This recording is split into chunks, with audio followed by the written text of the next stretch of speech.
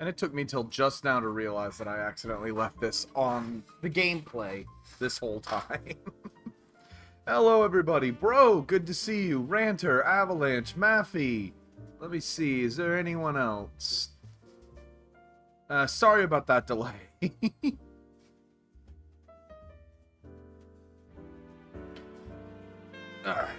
Hey, Dapper. Good to see you. Yeah, meatloaf does sound pretty good. I need to learn how to make it, though. Tonight, though, is chilly, so at least we got that. Yeah, sorry about that. Issue just happened to pop up right at the end. Meatloaf! Your Honor, the defense... the prosecution... I would like the right to cross-examine the witness. Bailiff, please arrest Mr. Cuthbert. I'm holding him in contempt of court. Oh, wait! You didn't really think this through, did you? Instead of following his orders, the bailiff walks over to the judge's podium and whispers something into his ear. What? I see. Very well, then. What are they saying? It appears that Miss Steelwind has somehow predicted this would happen. How? Is she fucking Batman? Oh, wait. Boop. Almost forgot. I'm just trying to get my... There we go. In accordance with her wishes, Mr. Cuthbert may act as the prosecutor in her stead. What the hell? You can't be serious. I'm honestly just as surprised as you are, Miss Timora. But Miss Steelwind has apparently designated him as her stand-in. It's unorthodox, but it's also legal. You recall something strange Steelwind asked you earlier today. So, what would you do if one of your clients was guilty? I suppose I'd withdraw and tell them to find another lawyer. And if no one else would represent them. I don't know. It'd definitely be a hard choice for me. But I'd never be able to represent them if I knew the truth. I can't stand by and let a murderer escape justice. I see. Steelwind. Did she somehow know this would happen? Well, this isn't how I expected the trial to go. Shortly after you barge onto the prosecutor's table, Celeste awkwardly followed behind you. Curiously, she only did so after the bailiff didn't arrest you. That loyalty. I guess we're really doing this. Oh, Roz, I guess we're really doing this. What's wrong? This feels weird. We're on the other side of the courtroom. I mean, this is where the prosecutor is supposed to stand. No, this feels way too jarring. Ruby, can we switch tables? What? Please ignore her. No, this is way too weird. Tyrion, get her to switch with us. Celeste, for the love of... I genuinely don't care. Cuthbert can have this side if he wants it so badly. You know the only reason they did that was so they didn't have to do all new animations. With that out of the way, let us resume proceedings. Assuming we're all at our preferred spots. We are, Your Honor. As much as you hate to admit it, you are more comfortable here. Not that you want to encourage her. Yeah, I know. Celeste is what we all need in our lives. Like, I know I called her the Maya of the group. Yeah, the dev budget has suddenly dropped!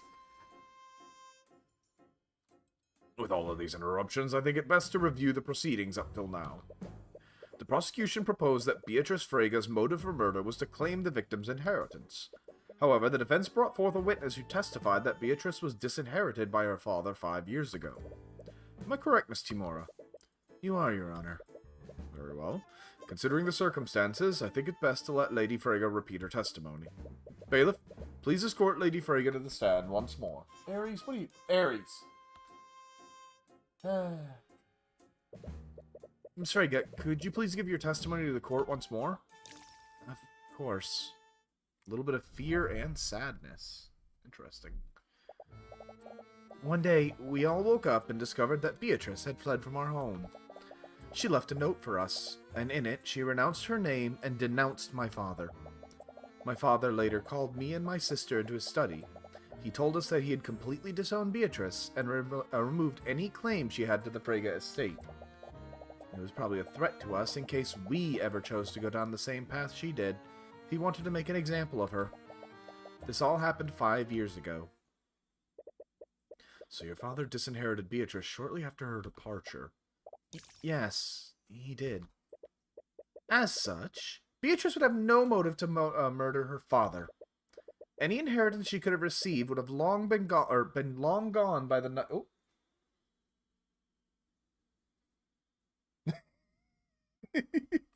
Honestly, Math did amazing with it. That was the whole goal, because it's just I know I don't bring it to the stream that often, but I try and have this. Oh, I don't try, but I generally have this kind of grump energy to me. Most people say that I have active bitch face.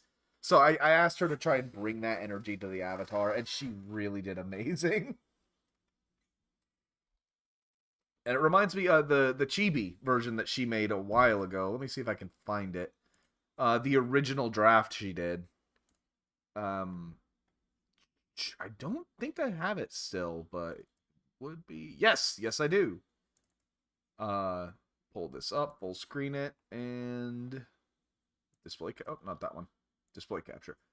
Like, it has the same just, I do not want to be here energy. And again, she really did amazing on these. I'm so... I'm so sorry to her that I keep kind of getting on her for, to do more for me. Because I do understand, art block, and she's been going through it, so... But if she ever does if she ever does, I don't want to say get over, but get through her art block, I'm trying to get her to give us more stuff, more expressions. And if this app that I found, that is basically a stream deck, turn your phone into a stream deck, works, hey, I can actually use it more better. Is that really true, though? Alright, taking the break was a bad idea. Let me review my notes here. Security, that has nothing to do with it. She's blind.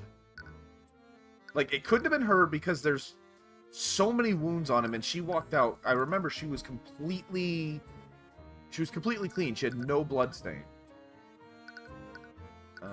No, not here. The marriage, no. Here. Though the night of the murder, many of your friends and family hadn't seen or heard from her. On the night of the murder, Beatrice... Okay, that ain't it. Method of entry... I don't have anything on that. Interesting. So let's just keep pressing. Must have been a surprise for all of you. Yeah, take care, bro, and thank you for coming, man. Sleep well. Take care of the family, too. Wish them well. Did you tell anyone else about her plan? No, she didn't. She left without a word to anyone. Who's spoken to us first. Here, she's sincere about what she's saying. From what I heard about your father, I don't find that surprising. It's clear to everyone involved that my client was not treated well by her father. It's what drove her to sacrifice her claim to the Frege estate. My father had many responsibilities.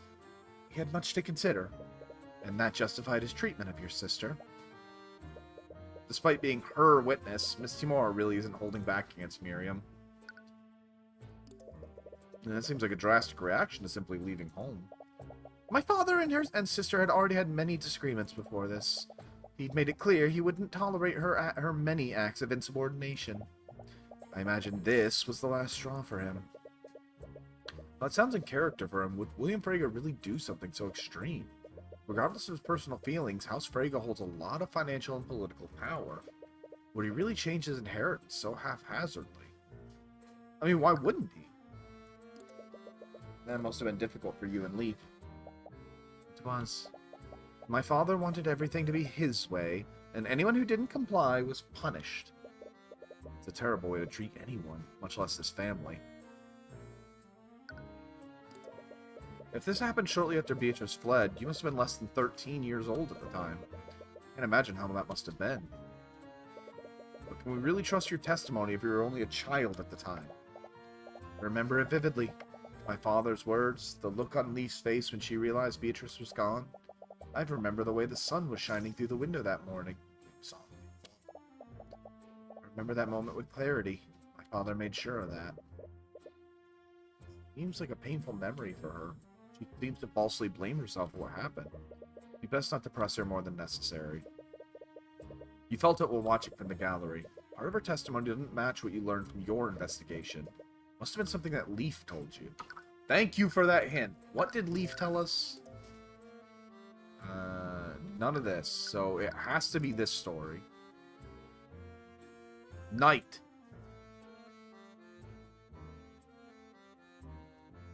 That's, I mean, sort of spell eating, method of entry. It's the only thing she's told us, really.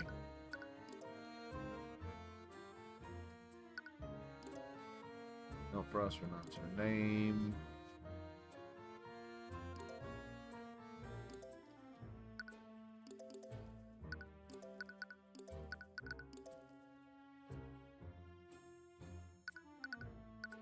I gotta admit, I'm lost here. Which, I know it's because, you know, he took so damn long to come back, but...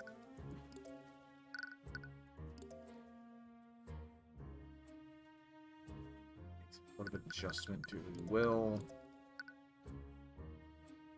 But it's gotta be this, because this is the only thing that she told us.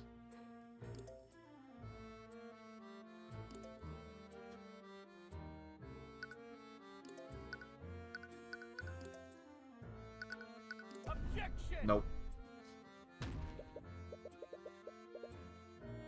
That's actually a good point. Let's try that.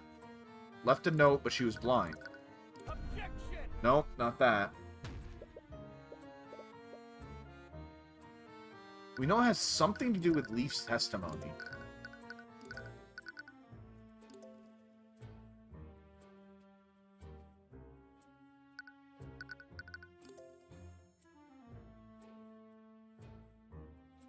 Fled from her family 5 years ago and went to hiding.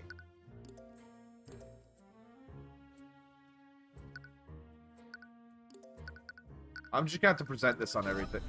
That was it. Miss Frege, it's clear you're regretful of how your elder sister was treated. The guilt must have eaten at you from all these years.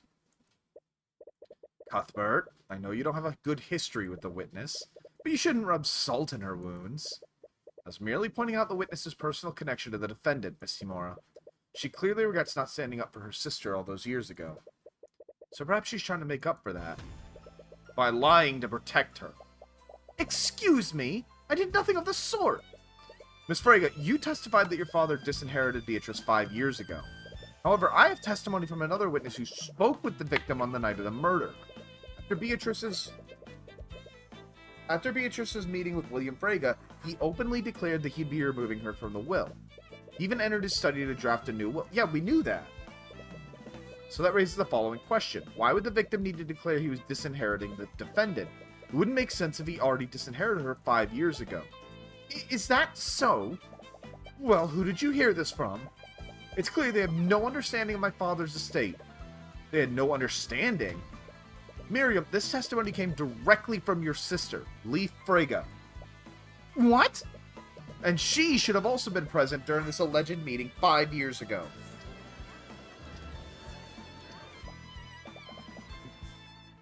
Well, she must have been mistaken then. Your Honor, how can we trust second-hand testimony from a witness who isn't here? Wouldn't it make more sense to have Leaf give her testimony directly? Must agree with you, Mr. Mora. Leaf Frege should be allowed to clear up this misunderstanding. She looks way too confident. What's she planning? You're not sure if it was intentional, but Miriam's testimony was false. Could she be lying to protect Beatrice? And if so, is Miss Timora expecting Leaf to do the same? Bailiff, please escort Leaf Frege to the stand. I swear to God this girl's adopted. Miss Frege, when we spoke earlier, you mentioned your father had decided to disinherit Beatrice. Is that what it was? Ah, yep. He decided after this, and he decided, go away. And he had decided this after their meeting on the night of the murder, is that correct? Yes, I did say that. You see, Leaf, Cuthbert doubts the testimony given to you by your younger sister. He seems to think she's committed perjury. What? Wouldn't go so far as to say, witness, lying under oath is a serious crime. It would have harsh consequences even for someone of your sister's status. No, she couldn't have. Wonderful. Are you saying you can corroborate your sister's testimony? Jesus, Ruby! And AJ? Miss Timora, you can't just intimidate the witness. I have no idea what you're talking about, Cuthbert. I'm just telling the witness what may or may not happen depending on what she does next. The choice is ultimately hers. So, Leaf, assuming Miriam wasn't lying under oath, can you please testify to this court to confirm what your sister said? Yes, of course. Christ, Ruby! You see, Miriam was quite young when my father called us into his study 5 years ago. She didn't understand what he was really doing. My father would often lie to us. It was one of the ways he kept us in line. The encounter that Miriam described was just another one of his lies. Despite their disagreements, my father would never disinherit Beatrice without a good reason. He always held on to the possibility she would become desperate enough to return home. The truth is, none of us knew what my father was planning for House Frega's future. See, Cuthbert, the truth is much more complicated. Still love her outfit. No one could have really known what William Frege was planning for his estate. Leaf is definitely trying to cover from Miriam, and Miss Timora is playing her like a damn fiddle! Sorry. Lucky for you, she's not the only person that gave her statement to you. Let's see. No other woman gave us a statement. But yeah, that's right. We did get this one. Let's see. See, I disagree, because... Miss Frege, did you really have no idea about House Frege's future? No, I didn't. My father made sure of that. As I told you, he kept many secrets and wasn't above lying to manipulate us. But with Beatrice gone, you would have been the one to inherit your father's estate. Would you really be ignorant of your father's plans for House Frege? Unfortunately for you, I don't think you'd be that careless. In fact, I have it on good authority that you knew exactly how William's inheritance should be divided before that night. What? Leaf, according to Lloyd von Sanctus, you were arranged into a diplomatic marriage with his son. You expressed resistance to this arrangement. Am I correct? I have no reason to comment on that matter. Cuthbert, the witness's personal matters are hardly any of our business. Yes, I must ask that you keep this discussion relevant to the case. Your Honor, least resistance to this marriage is exactly how I know her testimony is false. She was extremely averse to this marriage, and because of that, she made sure to know every detail about how it would affect her and her house. And that includes how House Frege would be inherited by her future husband. So that raises a question, Leaf. If you already knew the intricate details of this marriage, why would your father tell you that he was disinheriting your sister? That statement would only make sense if Beatrice was already in his will beforehand. That would render Miriam's testimony false and constitute a motive for the defendant. Objection. You present a decent argument, Cuthbert, but your claims rely on only one assumption. And what assumption would that be, Miss Timora? Even if he was lying, the victim declared that he was revoking Beatrice's inheritance. She must have already been named in the will previously. Otherwise, there would have been no need for her to say that. Wouldn't make sense otherwise. And that is where your assumption is. You're assuming that William Frege was acting logically. What are you talking about? It's clear that William Frege was extremely controlling of his daughters. By her own admission, Leif Frege was resistant to the marriage arranged by her father. In addition to that, Miriam Frege found herself wrapped up in the controversy regarding the Nightgrave trial a few months ago. Oh, that was months ago? Damn. And finally, to make matters worse, Beatrice Frege, the prodigal child, finally returned and made a public appearance during the Lord's Ball. What are you trying to insinuate?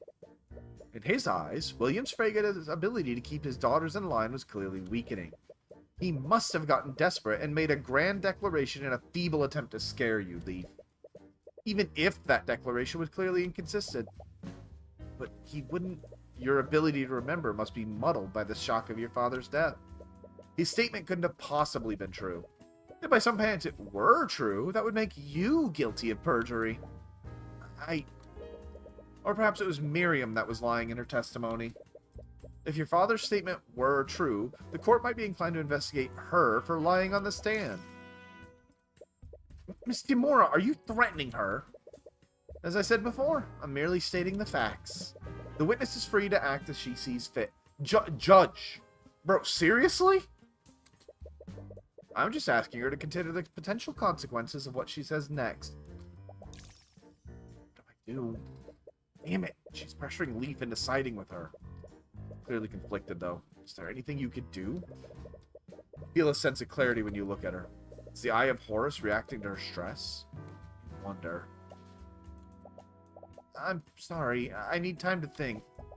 Please don't stare at me like that, Mr. Cuthbert. Wait a minute. No, wait! It's too late.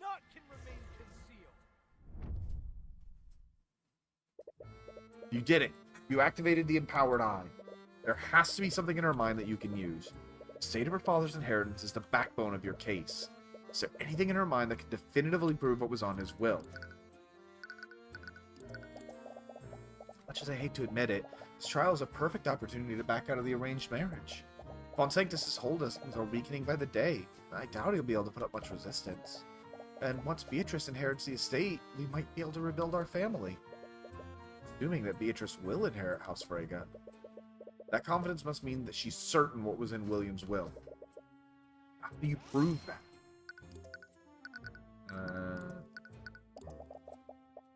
Okay, that's the same one.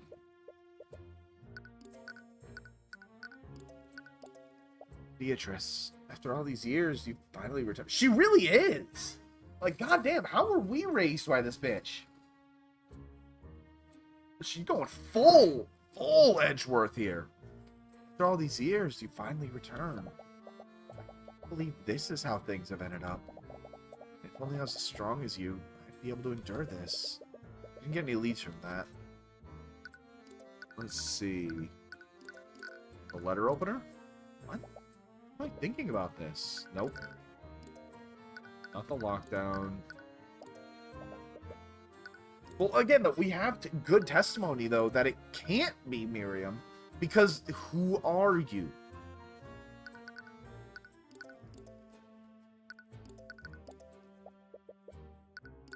Let's see. Get her to think of... Why would Miriam say those things? Am I misremembering what happened? No, I would have remembered something like that. She must be trying to protect Beatrice. So Miriam's testimony was a conscious lie. It wasn't revoked until the night of the murder. Father, I know we had our differences, but I did love you, and I never wanted you to die. He seems genuinely surprised and regretful about his death. Your encounter earlier, you know that Beatrice had an accomplice, but you doubt it was Lee. Let's see.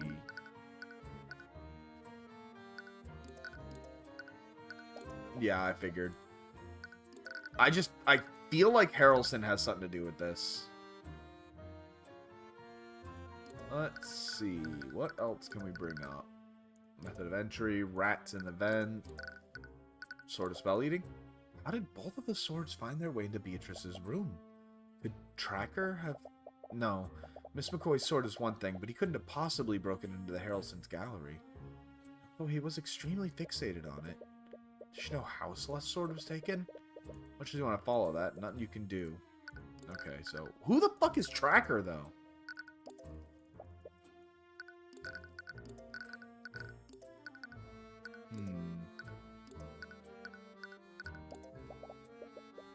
Yeah, I'm not sure what else that I need to... Games of Vitality. Both swords. Yeah, the engagement. Yeah, I did. That was the first thing I did.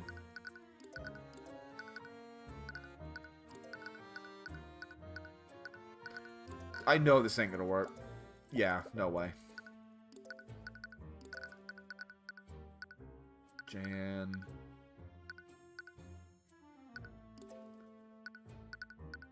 Monkey?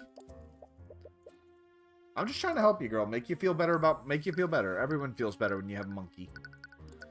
Locations? No.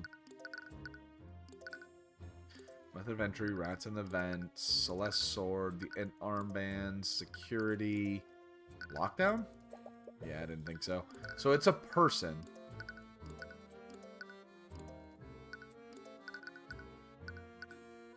Timora? Hey! Ruby Timora. I've heard stories about her. Never expected Beatrice to hire someone like her. Wonder if she'll be at the will reading tomorrow. A will reading? She must be talking about William Frega's will. I believe you have enough time for deliberation, Mr. Cuthbert. Are you able to prove the defendant's motive or not? I'm not, Your Honor. At least not yet. It's clear we won't get anywhere until we can confirm the state of William Frega's will. And we can easily confirm that tomorrow morning, when William Frega's will is read to his family. How did you... I see. Once his will is read, it will become public record. I suppose I have no choice but to send this trial until such time that William Frega's will is read. This is ludicrous. The case of against my client is completely outrageous. We spent the entire court proceeding arguing if her motive even exists. The prosecution has very little evidence that physically implicates my client. Miss Timora, you clearly don't believe that the defendant had anything to do with the murder. Of course I don't. She's completely innocent. Well, if your client didn't murder the victim, then who did? You sneaky little... Your Honor, with no other suspects, are you in a position to pass a... Oh! That's right, because he can't... like every other case we've been on, he can't pass a verdict unless there's someone to hang. Metaphorically speaking. No, I am not. Mr. Cuthbert is correct. The court doesn't have enough information to pass a verdict. Until the Inquisition has time to investigate these new developments, I'll be suspending today's trial. We'll resume the trial tomorrow afternoon. Court is adjourned. I can play that nasty game too. Although now we're going to have to deal with living with her. Well, that happened. Sorry. Kind of acted without thinking. But I have everything that happened today. I can't believe Steelwind somehow knew you would do that. Right, that is strange. Did she seriously predict that for what I do off of one conversation? Considering how things turned out, I suppose she was right on the mark. Still a big leap of faith. Anyway, we have some time to ourselves. I'd very much like to catch up on some sleep. Yeah, today's been exhausting. For a lot of reasons. Your work has only started. You still have no idea who Beatrice's accomplice was. The will reading was just an opportunity to stall for time. So the question remains, who really murdered William Frega? The monkey! What the hell was that? Why is your son filling in for Arya? Listen, I have the situation under control. If that's true, I'd hate to see a situation you consider out of control. This bitch. Eris. My father is not pleased with today's development. You promised that the verdict would be passed before William Frega's wills became public record. This has thrown quite the wrench in our plans. I understand. Cuthbert's just confused, but he's not a threat to us. We'd better hope you're right, Timora, or else your poor ward might suffer the same fate as Prosecutor Steelwind. What? Las Vegas is too important of a prize for us to let go. Bring us results, Timora, or we'll continue to take more drastic measures. So that's why she's being such a bitch about this.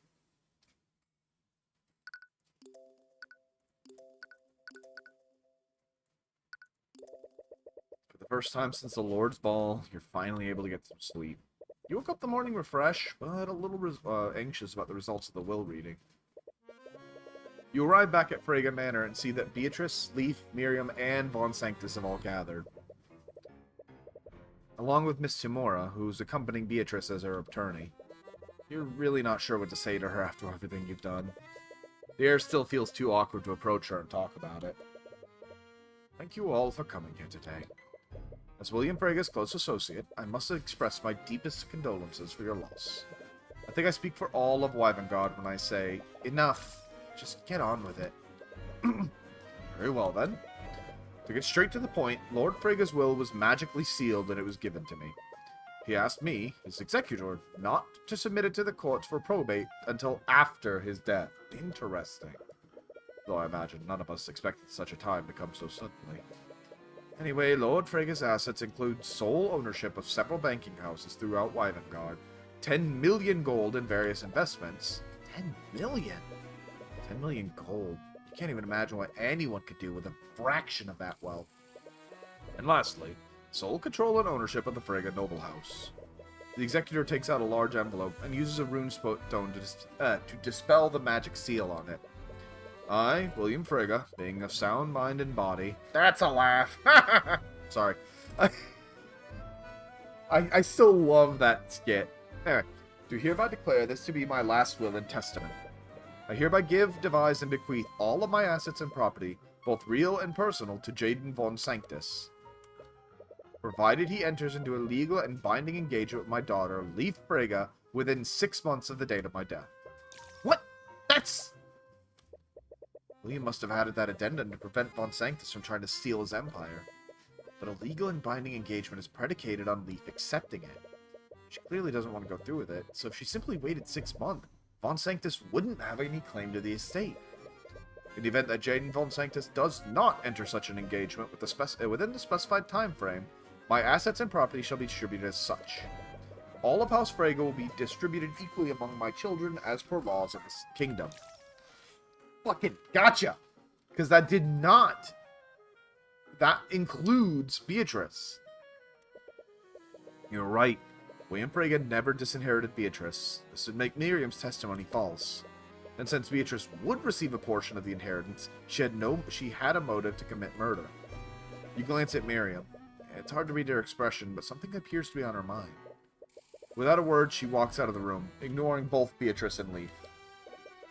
Leif, on the other hand, seems to be in good spirits. Was it you?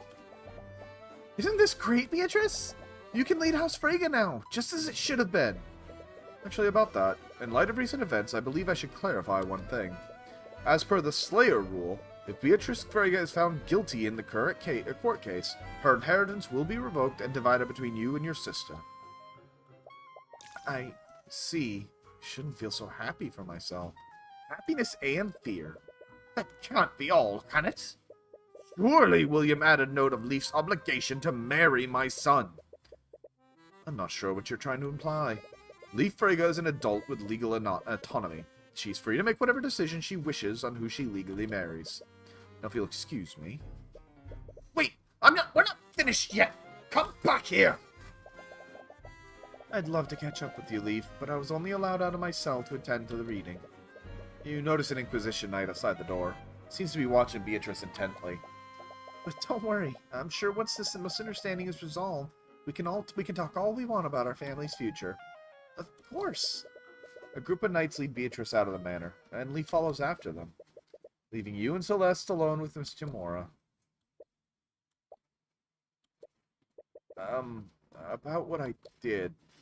Look, I'm not angry, Cuthbert. Oh. It was an extremely unforeseen situation, and Steelwind clearly put you on the spot. You felt pressured to do something, and you made a rash decision. I'm sure the court will understand if you withdraw. Wait, what? Cuthbert, you're not a prosecutor. You know that, right? Didn't you become an attorney to defend persecuted mages? But Beatrice is guilty. I saw it.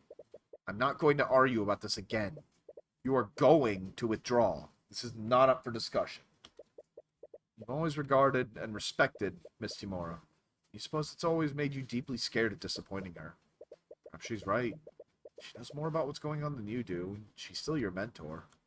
You want to believe that. You really do. But deep down, you know that this is wrong. Miss Timora may believe in Beatrice's innocence, but you can't just abandon this case and let her escape justice. Your hands are trembling. Why are you so scared right now? You know what you have to say, but the words won't leave your mouth. From Behind you, you feel Celeste hold your trembling hand. It's warm and comforting. Same sensation you felt back then. Somehow you could feel it through her hand. It's as if she's silently telling you you know what you have to do. Your anxiety fades and you take a deep breath. Not gonna do that, Miss Timora. What? You said it yourself. Our court system needs a defense attorney and a prosecutor of equal power to keep things fair. That's not what I'm not going to withdraw. If you believe in Beatrice's innocence, if you truly believe you're on the right side, then prove it by beating me. Fine. Do what you want. But you're only going to make things harder for everyone. Tyrion? As soon as Miss Timora steps out of the room, your body drops to the floor. Whatever bravery you felt before got replaced with an extreme amount of fatigue. Yeah! Scaled Lord. Hi, what's up? That's the first time I've ever spoken to her like that.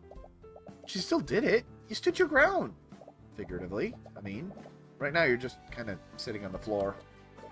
Yeah, I need to take a moment. Can we go back to the ballroom? You return to the ballroom and take a moment to recover. You spot Commander White at the edge of the room, but you don't pay him much notice. It takes you a while before you feel ready to stand. You okay? Yeah, I just needed a moment. Anyway, the will reading brought us a few more hours to investigate the murder. We should take advantage of the new information we just learned. So, where should we start first? Right, you're the prosecutor now. So that would technically make you his boss for the time being. This is weird, right? Yep. Awkwardness aside, I've never really led a task force before. What would Steelwind normally do in this situation? Well, she'd normally have us investigate in your areas of interest. Right, the context of the investigation tends to change after each round of court proceedings. But we're lacking a lot of physical evidence. Could you and the Inquisition search the gallery in Beatrice's room? Maybe you can find evidence of how the Sword of Spelling was stolen. Whatever you say, boss. That covers the Inquisition, but what are we gonna do? We know that Lord Frega's inheritance plays a large role in the case. Even if it's not valid, we should take a look at the modified will that he was drafting. Might give us some insight on what he was really planning to do with his inheritance. This kind of makes me want to play the Ace Attorney, like the Edgeworth side. Come on, where is it? As you enter William Frega's study, you spot a figure rummaging through the drawers in his desk. Why isn't it here? Where else would he put it? Miriam? What? As soon as she notices you, Miriam quickly closes the drawers and walks towards you. But you already saw what she was doing. She was definitely looking for something. The will. This is a crime scene. What are you doing here, Miriam? As if that's any of your business. Considering I'm the prosecutor, it's very much my business. You give a side glance to the knights stationed outside the room. They should have stopped her from entering. Perhaps you used her status to intimidate them into letting her through. I've honestly never seen it too. I think I own them. Because I did get a... Apparently I don't own them. I thought I got them in the... Oh, no, I got coupons for them. I have coupons for the Edgeworth games.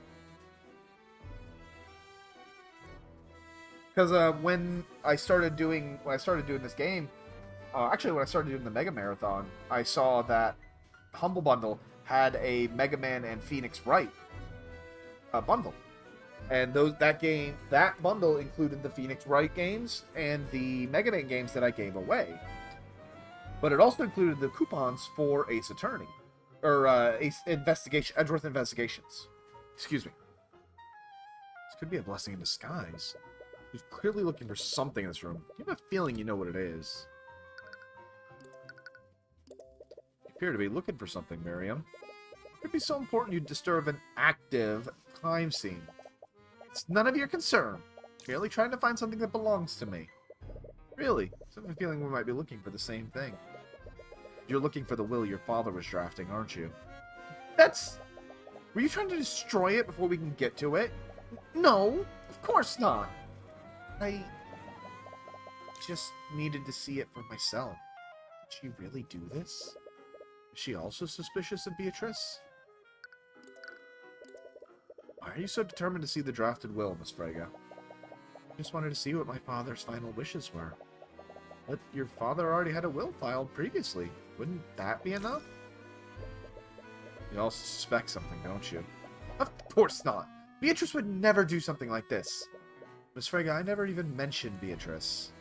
I know how things may look, but please understand. I'm just trying to get to the truth. I think your sister did this, but she may have been involved. She may have worked with someone else to orchestrate her father's death. Unlike Leaf, she didn't immediately deny it. I mean, she already had her own suspicions. Where's the Where's the will, Miriam? I need to see it. I don't know. I haven't been able to find it. You recall that she was frantically searching William's desk earlier. She's probably telling the truth. It should have been here, but I can't find it. He locked the door and he began drafting it. In addition to that, the Inquisition closed the area off after the body was discovered. That means someone took it during the lockdown. It was probably stolen by whoever murdered him, right? Yeah, that'd make the most sense. Which means that whoever did this wanted to nullify whatever was written on it. Looking more and more like the motive behind this was William's inheritance. Anyway, it looks like we won't be able to find the will. The fact it was taken must imply something.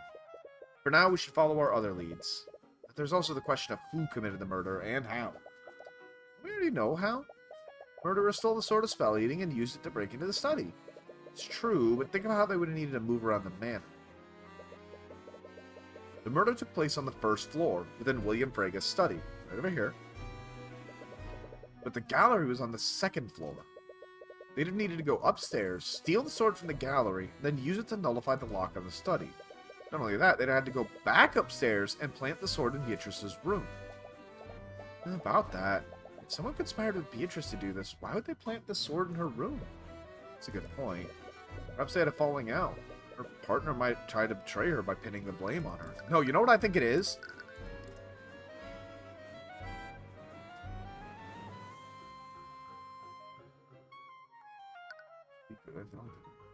I think it was Leaf. I think that Leaf did it. I don't know how she got the sword yet, though. But I think Leaf did it. And the reason that she planted the sword in Beatrice's room was because Beatrice is blind. And so they could use that as a defense. That, well, Beatrice is blind. She could have done it.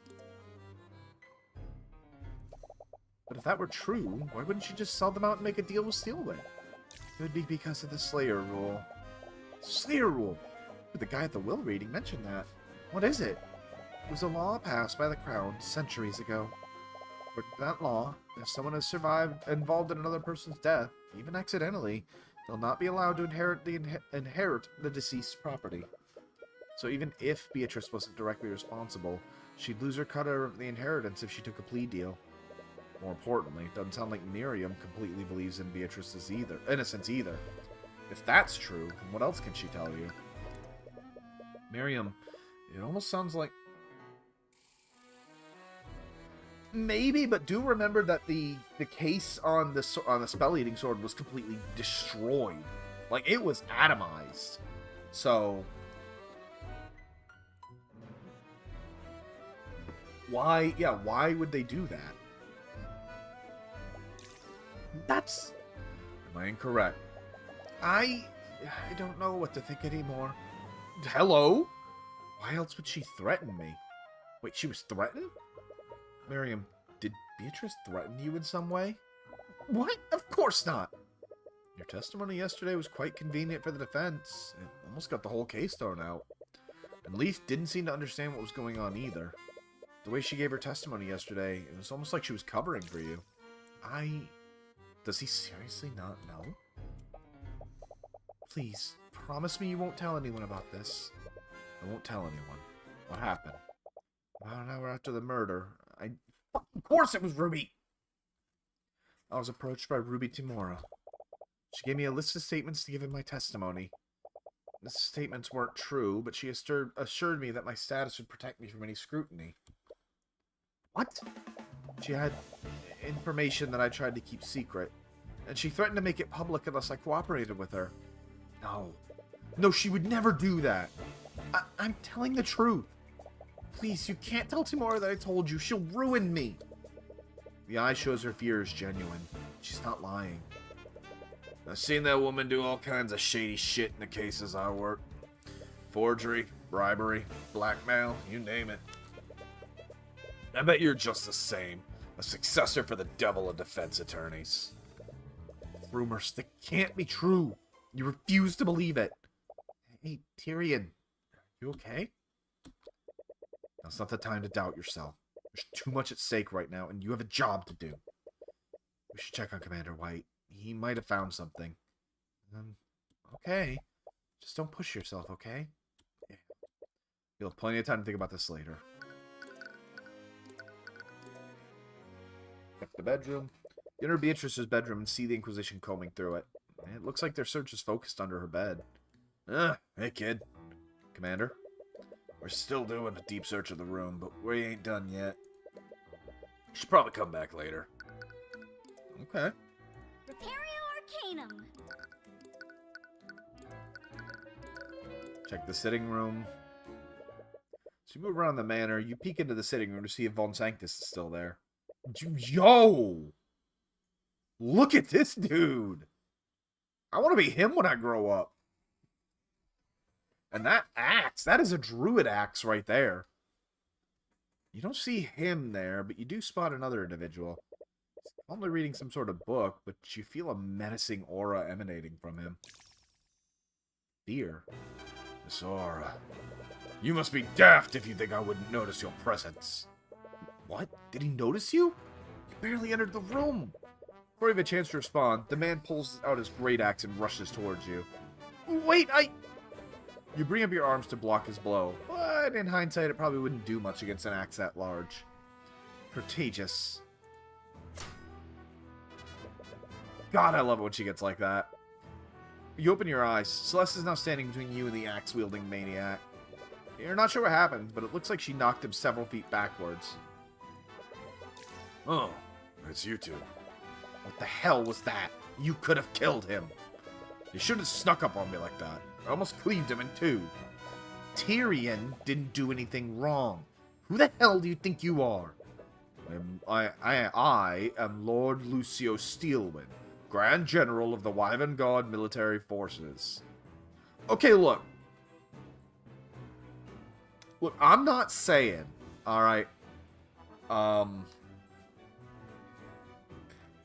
just saying that I can see how he had, how did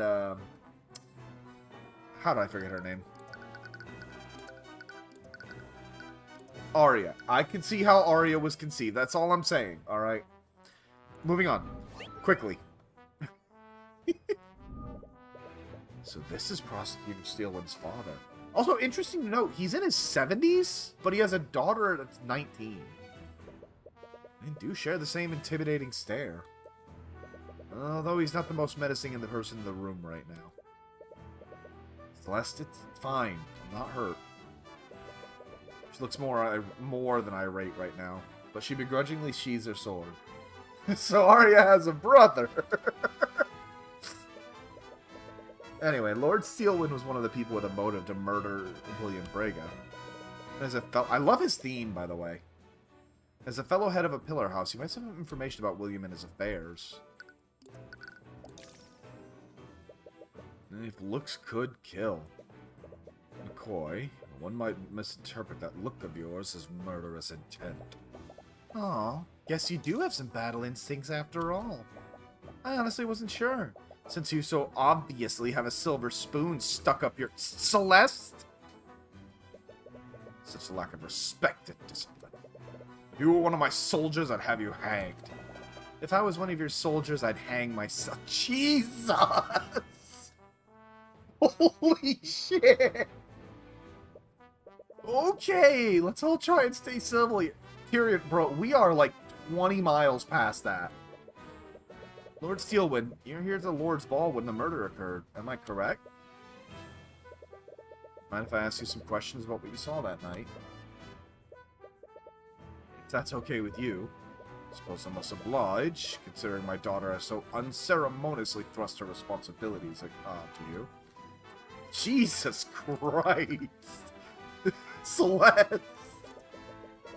Sorry about what happened to your daughter. I'm sure that you're very worried. Her own fault for exerting herself despite her injuries. And the bravest warrior knows when to stay off the battlefield. How can you say that? Your daughter was trying to do the right thing.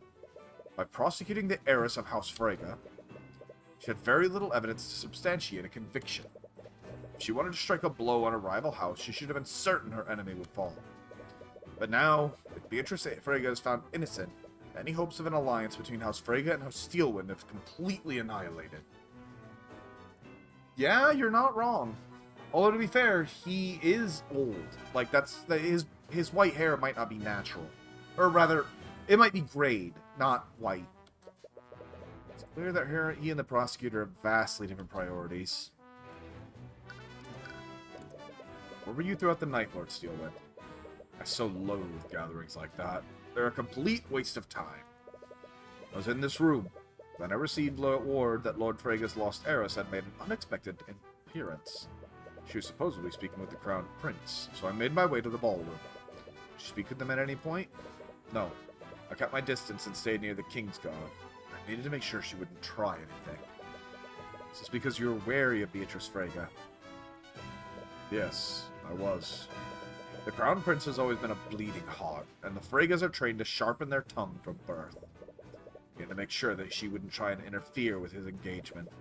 You worried he was going to try and take Aster back.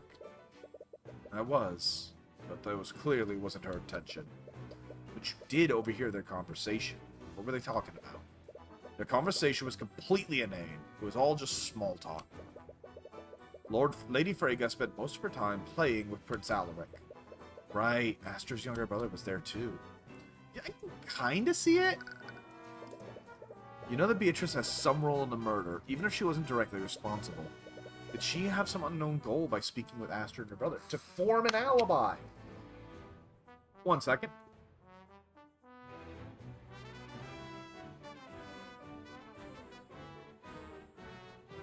Sorry about that, had to sneeze. Oop. I went to the ballroom and you heard that Beatrice had returned. Was this before or after the lockdown? Before the lockdown. That sounds about right. I mean, she was accounted for before the theft was reported. Why did I just reported? No, reported. Did you see her leave at any point? No. She spoke with the two princes for quite a while. Didn't leave their side until she was arrested for Lord Frege's murder. I mean, she was accounted for the entire night. Her thoughts said she was an accomplice in William's death. Was she there to distract the Kingsguard? No, she was there to plant the alibi, so when Leaf killed him, likely with illusion, like disguised as someone else. Thank you for answering our questions, Lord Steelwind. Merely repaying my daughter's debt to you. You're surprisingly pretty cooperative, but that doesn't lift any suspicion off him just yet. We'll need to find more evidence if you want to know for sure. Anyway, we should probably move somewhere else. Let's go, Celeste. McCoy. What? Yeah, I can see it when she's pissed. Your spellcasting is undisciplined, but your battle stance and reflexes are commendable. You have my respect as a warrior. As if that means anything coming from you. What an undisciplined and defiant brat.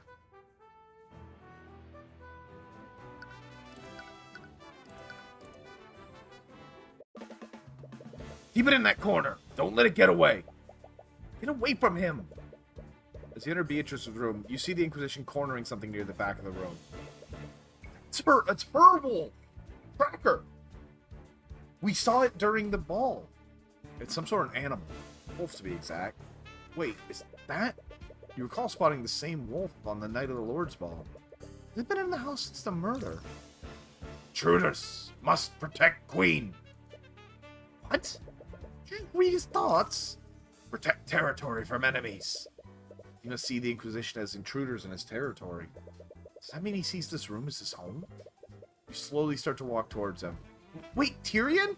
Stay back, kid. It's a wild animal. There's no telling what it'll do. You ignore them and continue to approach him. Don't worry. I'm not here to hurt you.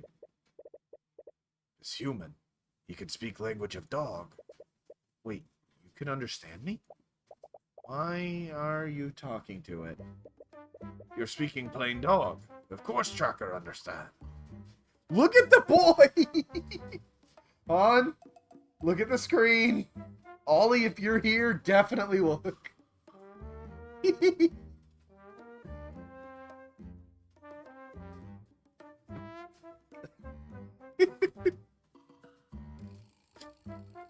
Oh, so the Eye of Horus gives us the ability to speak the tongue of beasts.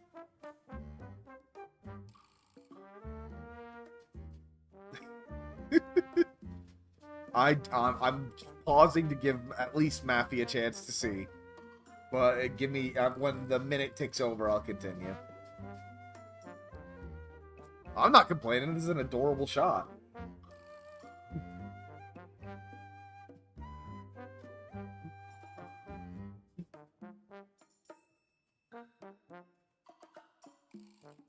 Okay. we can adopt him. I want him to. What's going on here? Is the Eye of Horus allowing you to speak with him? You've never really tried it before, but perhaps your powers aren't limited to humans. Anyway, this could be a good opportunity. I wonder what else he knows. We are going to interview the dog. Tracker. Is that your name? How did you... Yes, Tracker is Tracker. That is name Queen give me. And that just changed his entire voice. Tracker. Occupation, dog. Tracker gestures to Leaf when he mentions his queen. Called you his queen. Do you know him, Leaf? Yes, but how... How are you talking to it? That's... You were so caught up in speaking to Tracker, you didn't realize how strange this scene must look to everybody else. I'm a dog whisperer. You've never mentioned that before. You honestly expect us to believe something like that? But Tracker says he can understand him. He told me himself. Wait, how do you know that? This is all very interesting. So, Leaf, how are you able to communicate with Tracker? Wait! Tracker's a familiar! It's the same magical bond Harold has with his monkey. You recall that familial bond spell allows the caster to telepathically speak with their familiar. Must be how she's speaking to him. You never mentioned him during questioning. Wasn't relevant to the investigation. And I've been keeping him a secret from my family. Suppose that makes sense. I doubt William Frege would allow you to keep an animal in his home. Well, I don't appreciate you keeping this info from us. But it doesn't look like anyone got hurt. Aside from this dog, we haven't really found anything new. Damn it, they didn't find any more physical evidence of the threat. Looks like you've run into another dead end. Unless... Tracker, I saw you on the night of the murder. What? Tracker! Ruh-roh. No. No, no, no. They did not just fucking doge us.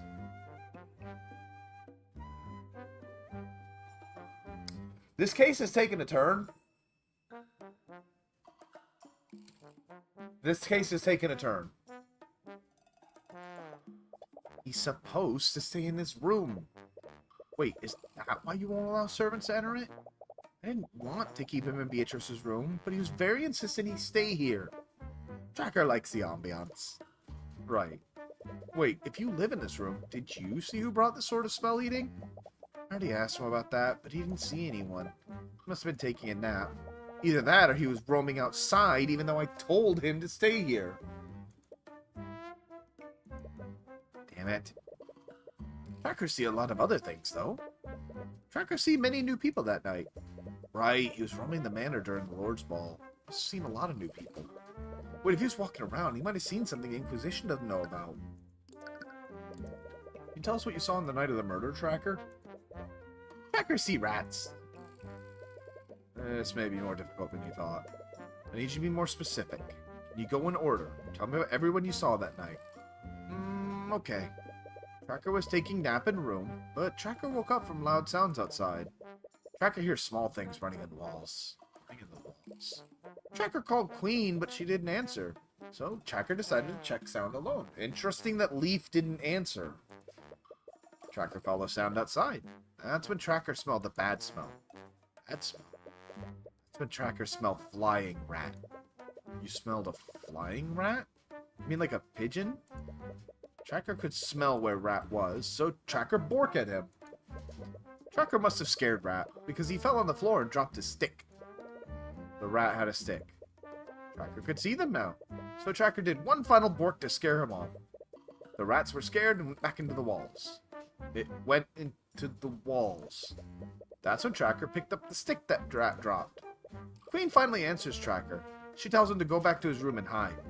At their message, Tracker brings Stick back to her room for inspection. Do you remember what time this encounter happened? What is time? Right, an animal wouldn't really have a concept of that. What did he say, Tyrion? Did he see anything? Well, he definitely saw something. The stick was a sword. But which sword? Probably hers. But that implies that someone was carrying a flying rat.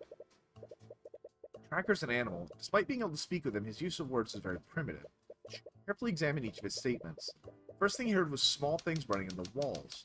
What did Tracker hear when he woke up? Do you recall someone else observed something similar that night? Tracker heard rats running in the vents. Servants are complaining about the rats running through the air vents, so they sent me to take care of it. I heard one of them running in the vent upstairs, and I followed it here. Figured I had nowhere else to go, so I opened it up and put a trap down. Must have heard the rats that Jan mentioned. They weren't actually running in the walls, they were running in the vents.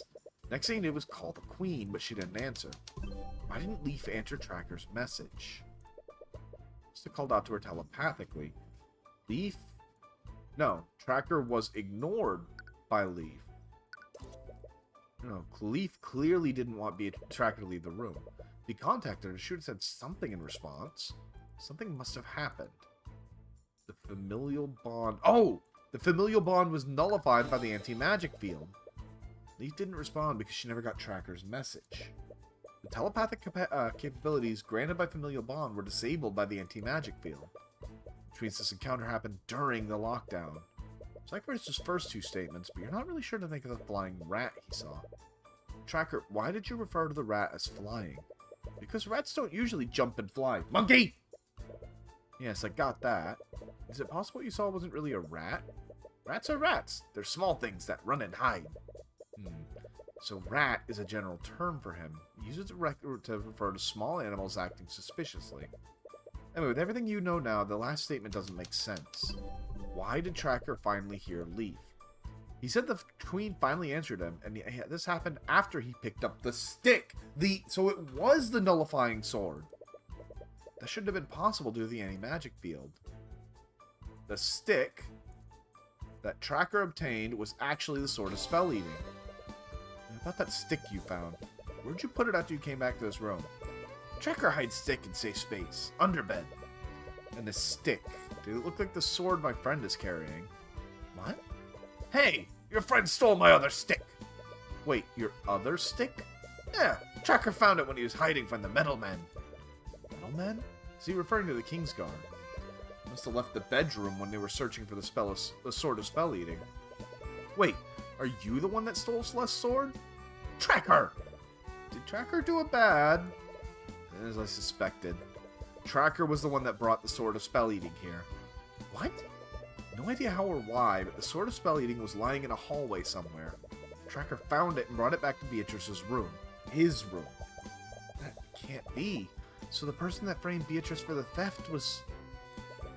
If it weren't for Tracker, the Inquisition would have never honed in on Beatrice at all. But why would the Sword of Spell Eating be lying in a random hallway? So it was Harold. Leaf, do you mind if I borrow Tracker for a little bit? It's okay, Queen. You smell good. Tracker, trust him. Thanks, I guess. Okay, but only if you allow me to accompany you. You know about Miriam's position, but how does Leaf feel about you prosecuting Beatrice? Possible she might try and sabotage the investigation if you let her accompany you. But as Tracker's owner, you really don't have a choice. You nod to Leaf, but you also send a subtle gesture to Celeste to keep an eye on her. She silently nods and slowly follows behind. Alright, Tracker. Can you take us to the hallway where you found the rats? Sure thing, King. It looks like you received a promotion.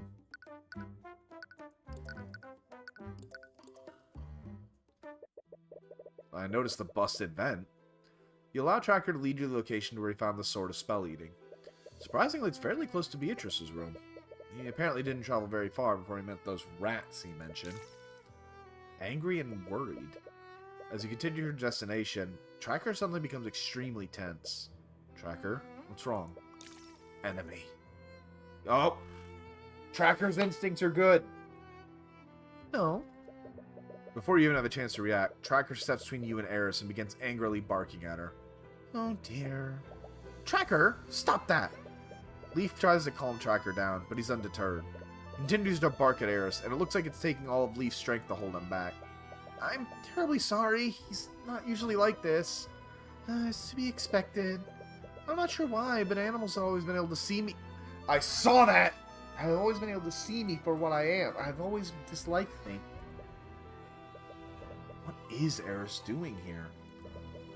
You recall seeing her at the barracks, too. She said her father is friends with Beatrice. Was she involved with the case somehow? Anyway, you came here for a purpose. Examine the hallway. Which, I mean, first off... Arcanum.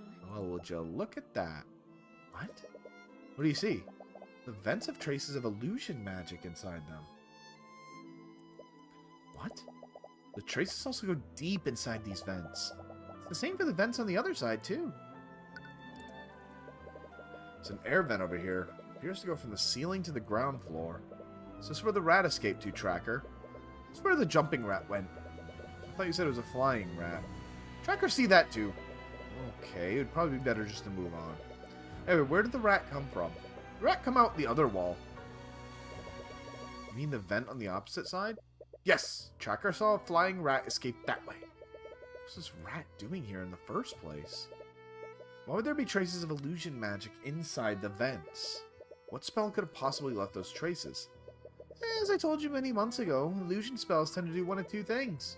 They either create freestanding illusions, or they disguise an existing creature.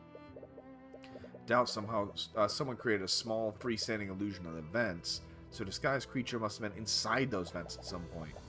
These vents are tiny. No one would be able to fit inside them. One final bork. Rats were scared. Plural. But a rat would be able to fit in these walls. Oh yeah, I guess that's true. But that would mean the rat had an illusion spell active on it at the time. Not only that, he said the queen finally answered him, and this is after he picked up a stick. It shouldn't have been possible because of the anti-magic field. Tracker saw this rat during the lockdown. That'd have been inside the anti-magic field created by the lockdown. Only one way that rat had an illusion spell active on it. You can't mean that rat was holding the Sword of Spell Eating. Oh good, we have the dog's testimony. What? But how is that possible? A rat wouldn't have the strength or hands to carry the sword. Tracker's vocabulary is primitive and limited. He uses the rat to describe small creatures that hide and act suspiciously. Well, even if it wasn't an actual rat, it couldn't have been a human, right? You're right. It had to have been a small animal. A small animal with the strength and dexterity to traverse small air vent while holding a sword. Yeah, the monkey. Oh, are you serious? You know that Herald had a motive to kill William Frege. He's planning to defund the Heraldson Hall of History. They had an argument that night, and that's when William Frege decided he was going to defund Herald's museums. Must have struck a deal with Beatrice, and with Beatrice's portion of the House Frege, she could have easily kept his museums funded. Could have faked the robbery and sent his familiar to murder William. I can't believe this. Something else that Tracker said. Tracker borked. Tracker scared rat, but he fell on the floor and dropped his stick. Tracker, you said you had to smell to see where the rat was. And when he dropped his stick, you were finally able to see him. Does this mean you couldn't visually see him before he fell down? Yeah, Tracker couldn't see rat with his eyes, so Tracker used his nose to see it. Monkey was invisible! No one would have noticed a small, invisible animal. In addition to that, he moved through the air vents. Eugene would have been nearly undetectable that night. Beatrice is a master of illusion magic, so it's possible she cast invisibility on Eugene. And there's the possibility of this air vent, position, currently in the hallway just north of Beatrice's room. This air vent connects to the ground floor. If we align the two maps together, this vent must lead to the storage room. Right, the air vent there curved upwards. This must be where it leads. According to Jan, that air vent led directly to William's study. Could have been the perfect route to enter William's study and leave undetected. And the monkey could have used the sword to disarm the door, which is why he sounded surprised someone came in. But he wouldn't have needed to nullify the lock to enter that room. Why would he need the sword of spell eating? Why would he need to use the sword of spell eating at all? Because of the familial bond. They can telepath. I want to take a drink real quick. Because of familial bond, they can telepathically communicate with each other. Harold probably needed Eugene to hold the sword so he could tell him exactly where to go. The sword's magic affects anyone magically connected to the wielder, and familial bond connects them magically. It makes sense now. Harold could have easily faked the robbery to take suspicion off of him. It's even possible he was lying about how the display glass was shattered. I've known what Harold said for many years. I just can't believe he'd be involved in this. She may have known Harold a long time, but she's never read his thoughts. His thoughts were very hostile and rude, despite his kind expression. He's very good at hiding what he's truly feeling. And Beatrice, there's no way she'd participate in a plan like this. Look, Leaf, I know you don't want to suspect your sister, but stop that. Beatrice would never trust anyone enough to work together like this. But she's completely blind. She wouldn't have had much of a choice. Even so, she's not the type of person to trust her accomplice to stay quiet. She'd find a way to carry out a plan herself, and she'd only employ someone else's help if she had full control over them.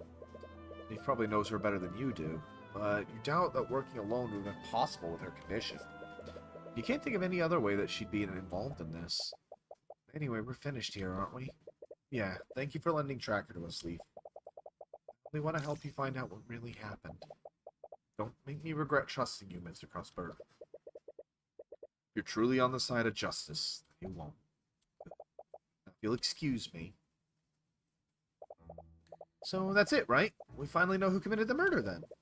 If you can get Harold to confess on the stand, he might reveal Beatrice's involvement as well. If he does that, you might be able to convince her and Miss Timora to take a plea deal. Though, knowing Miss Timora, that'll be easier said than done. Anyway, this is definitely the lead we've been looking for. Is it really enough? We still don't have any physical evidence. Not to do for now. Running out of time. Just have to call Harold to the stand to testify about what he did that night. If I can push him far enough, he might be able to catch him lying. Doubt it'll be that easy. It's a good poker face. Just how much will he be able to hide his true thoughts? I already gave my statement to the Inquisition. Is my testimony really necessary? Sorry, old-timer. My orders come straight from the prosecutor. I'm gonna need you on the stand today. I understand. I'll do what I can to help. Monkey creepy. I don't like how it adjusts its glasses. Final court scene of this case.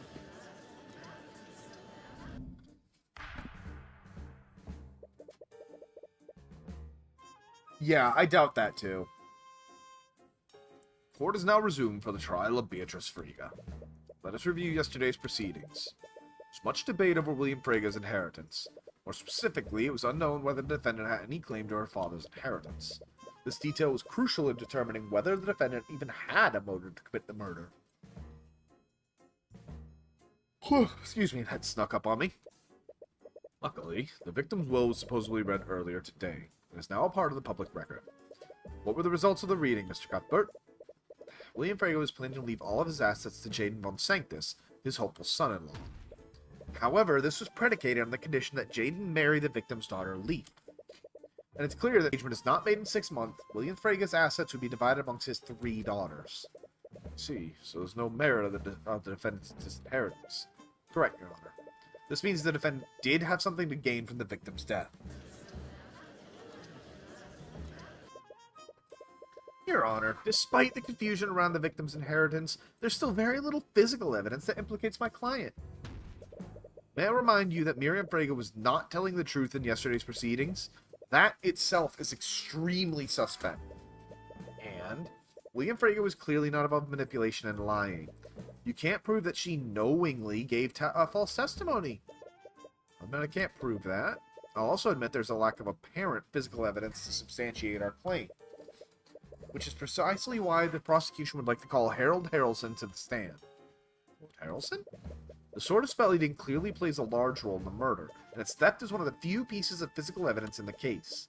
As the gallery's curator, I believe he can further elaborate on how the sword was stolen that night. More specifically, you can find out about what he did on the night of the murder. I see. Well, the court would definitely benefit from his insight. Bailiff, please escort Lord Harrelson to the stand. Witness, please state your name and occupation for the court. Of course. My name's Harold Harrelson. I'm the owner and curator of the Harrelson Hall of History, located in Holmhurst. That's quite the alliterative occupation. Harold, can you please testify to the court about how you discovered the Sword of Spell Eating was stolen?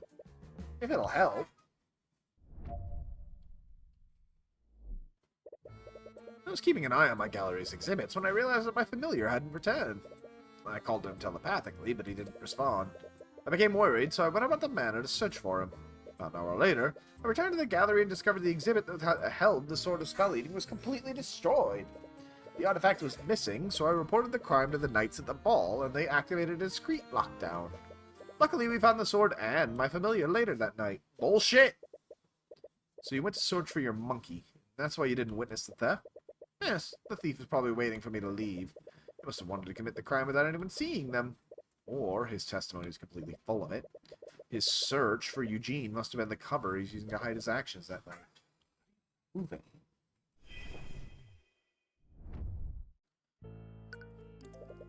You're referring to Eugene. Eugene? Eugene Harrelson, Your Honor. It's the name of the witness is familiar. Yes, Eugene is a spry orangutan monkey. He helps me with my day-to-day. I see. Anyway, you said he hadn't returned. Does that mean he left you earlier in the night? Yes, he always likes to explore large buildings like the Frege Manor, but he usually doesn't leave for that long. Does he typically ignore you like that? Sometimes. He's a young boy, so he likes to have his privacy. I try not to pry, but I was wary about what happened if a knight or a noble came across him. He usually knows not to bother people, but you never know what might happen. You left the gallery room? Yes, as I said, I was worried that something had happened to Eugene. Where'd you go during your search? Eugene usually knows to stay out of people's bedrooms, so I went downstairs and searched for him there. I checked the bathroom, sitting room, and coat room. Then I finally checked the kitchen and pantry. He might have gone there to steal some snacks. But you didn't find him in any of those places. No, I didn't. I recall, the glass was completely shattered. This, despite the presence of several abjuration spells protecting it. Yes, it would have taken an extremely powerful spell to break it like that. As you saw, the glass display was shattered into shards. Unless Harold had a way to dispel that magic, a powerful mage must have destroyed it. Perhaps Harold had Beatrice shattered the glass before she went to the ballroom? Unlikely. Sword of Spell Eating makes its wielder immune to magical effects. What use would the lockdown have been? Honestly, not much. The wielder would have been immune to anti-magic field and the spells that prevented people from leaving. But at that point, the King's Guard just wanted to activate it for good measure. His statement just now is missing some details. What details should you ask him? Where? How'd you find Eugene? How'd you eventually find Eugene then? Actually, no, how do you find the sword? Since the sword was in Beatrice's room. After an hour of silence, he finally responded to my telepathic message. So this would have happened after the theft was reported. Yes. He'd have had to pick up Eugene from the murdered Lord Frege. This would be the alibi there, accounting for the time that no one could see Eugene. Anyway, hold on. Let me see if I can... Yeah. Manner, look for you. Think you're telling the truth.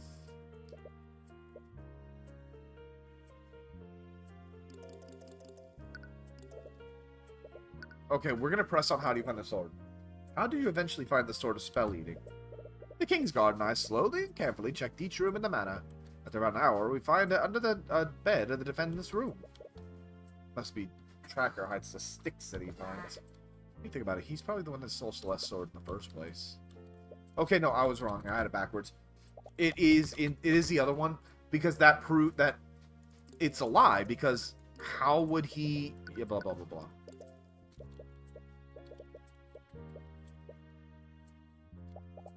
If I'm understanding it right, how would he communicate with Eugene?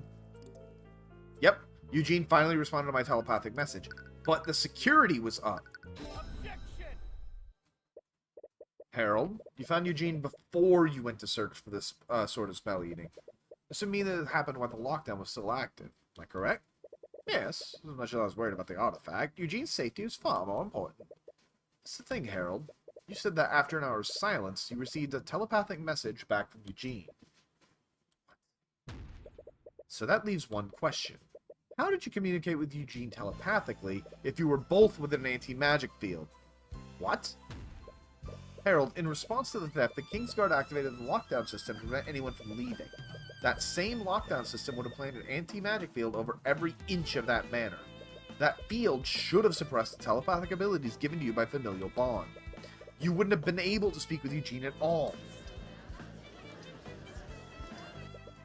Mr. Cuthbert, are you accusing the witness of lying in his testimony? Please, Cuthbert is blowing this entire thing out of proportion. Anti-magic field is a resource-intensive spell. We can't assume that they managed to cover every inch of the manor, especially the areas that would only be accessible to a small animal. Miss Timora, let's assume that Eugene somehow managed to reach a blind spot in the lockdown system. The magical telepathy granted by familial bond connects two people. Even if Eugene wasn't affected by the anti-magic field, Harold would be. That's very true. So how did I hear him that night? There's only one answer that makes sense, Harold. You did hear Eugene telepathically, because Eugene was wielding the sword of spell eating.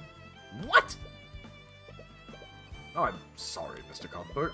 But are you saying the sword of spell eating was stolen by the witness's pet monkey? I am, Your Honor. It's the only way the witness's testimony makes any sense. You said I have a rebuttal. You should push this while you have a chance. Harold Harrelson, you were the one that stole the sword of spell eating, weren't you? And what reason would I have to steal something that already belongs to me? Take suspicion off you, because you were the one that had William Frege killed. You staged a robbery and used the sword of spell eating to make Eugene invisible. Then you sent him through the manor's ventilation system, all so you could have him murder William Frege in his study. Well done, Cuthbert. Suppose you just can't stop yourself from pursuing a lying witness. That's what I do best, Miss Timora. Of course. Witness, do you have anything to say in your defense? It's quite obvious, but I completely refute the prosecution's allegations. He's misguided, but he's just doing his job. You're expecting the thoughts to be hostile like before. Do you refute your statement about Then do you refute your statement about Eugene telepathically speaking with you? I know better than to lie on the stand to try and save myself. Can't explain how it happened, but I stand behind my testimony. Eugene did telepathically contact me during the lockdown, but how did he do it? Wait, so he doesn't know how the telepathic communication happened? Perhaps he overlooked it when he was planning the murder with Beatrice. And that's your position, Cuthbert? That the witness sent a monkey to murder William Frege. It may sound ridiculous, but it's the only thing that makes sense. Do you have any evidence to refute that, Miss Timora? No, I fully and wholeheartedly agree with you, Cuthbert. Wait. Tyrion? Mr. Cuthbert, did you forget you were prosecuting Beatrice Frege? Your Honor, even as a prosecutor, it's clear that Cuthbert just can't stop himself from finding the true culprit. Wait, I also meant to say the defendant conspired with the witness to commit the crime. Oh, really? And do you have any proof of this conspiracy to commit? Oh, Of course you don't. But even so, let's assume you did have evidence to prove your statement. If this was really a plot formed by my client and the witness, what would my client even contribute to this plan? What you said, the plot was completely carried out by Lord Hildson and his familiar. Well, the glass. He didn't need a powerful mage like the defendant to break the sword case's display and stage the robbery. So her contribution to the murder was breaking some glass. Can you prove my client shattered the display case? And can you prove that she did so knowing it would somehow lead to her father's death? You might have gotten a little too eager to prove Harold's guilt. The physical evidence against my client was almost non-existent in the first place. Meanwhile, it seems the prosecution has just brought forward physical evidence that implicates Lord Haraldson. Physical evidence that is supported by his own testimony.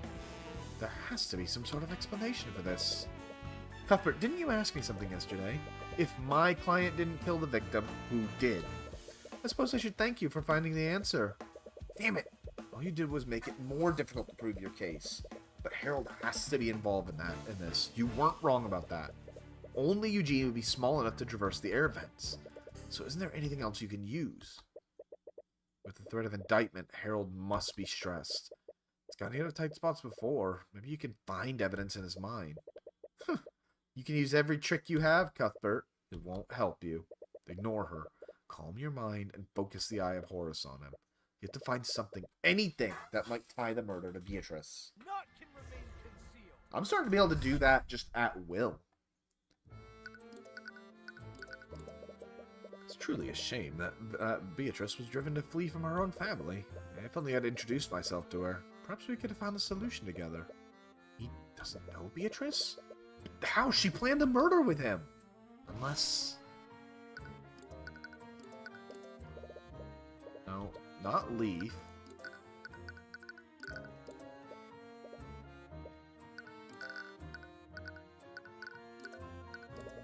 I can't believe that one of my artifacts was used to commit a murder. It's completely disrespectful to the culture and history behind it. He's speaking as if he had no hand in this. But that can't be true. Let's see. Monkey. Eugene, just what are you doing that night? Did you really wield the sword, if only for a brief moment? You should have known exactly where Eugene was that night. Why would his thoughts say that? What's going on? Speaking as if he really had no hand in this. You guard yourself in the eye of Horus, but you can't lie to it. If that's true, are you wrong about Harold's involvement? Is he really innocent? See anything, Cuthbert? Your Honor, it's clear the prosecution has nothing left to argue. There's very little evidence implicating my client, and there's far more likely suspects in front of us right now. So I must agree, Mr. Mora. At the very least, I see no reason to prolong this trial any longer. Wait! Beatrice couldn't have personally done this. Discounting that she's completely blind, she was with the two princes for the most of the night. So who actually killed William Frege in his study? Think about this. The reason you suspected Harold in the first place was because of what Tracker said. He uses rat to describe small creatures that hide and act suspiciously. Not to be a small animal. A small animal to strength and dexterity to traverse a small vent while holding a sword. Tracker definitely saw some kind of animal. Was it someone else's familiar? Who did Tracker see in the air vents? No, it had to be Eugene. Tracker found the sword in that hallway. And Eugene couldn't have communicated with Harold unless the sword protected both of them from the anti-magic field. But why? Did Eugene just happen to be in that hallway? That's not exploited why the sword of spell eating was even there. No, Tracker said that Eugene came out of the air vent on one side of the hallway, then fled into the air vent on the other side. Even for a small monkey, those vents would be extremely cramped. Couldn't have entered those vents out of mere curiosity. Why was Eugene in the air vents? You don't know that Harold didn't participate in the murder, but he did know about what Eugene was doing that night. Or did he?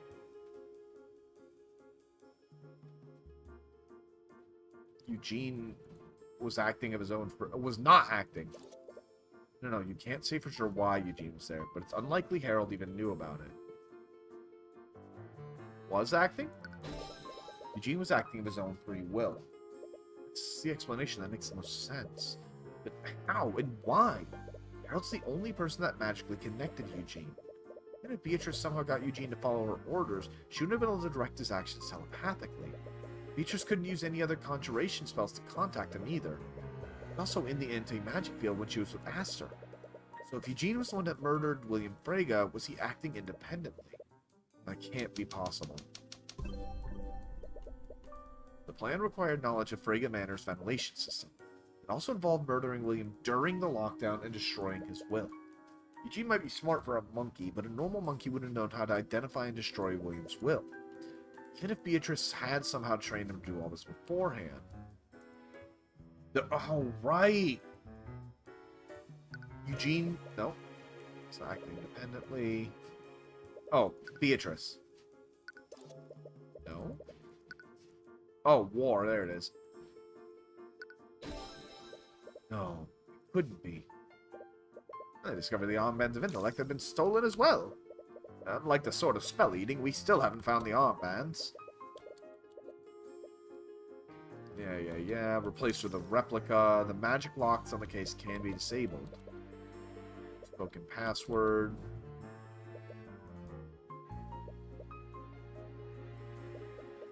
You've made some ridiculous statements in the past, but there's no way the judge will even entertain this theory.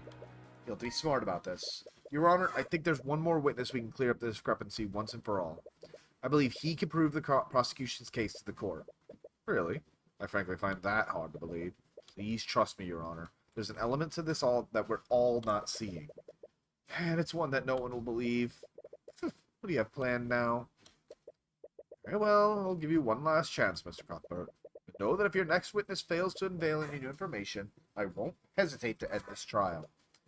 It's not a Phoenix Wright-esque game unless you cross-examine an animal. So I'm going to need you to bear with me for a moment. Okay. Your Honor, the prosecution calls Eugene Haroldson to the stand. Never mind. I retract my earlier statement. I'll be passing my verdict. Wait! Just bear with me for a moment. Mr. Cuthbert, I should find you in contempt for even suggesting this. Do you honestly think I'll allow a monkey to give testimony in my courtroom?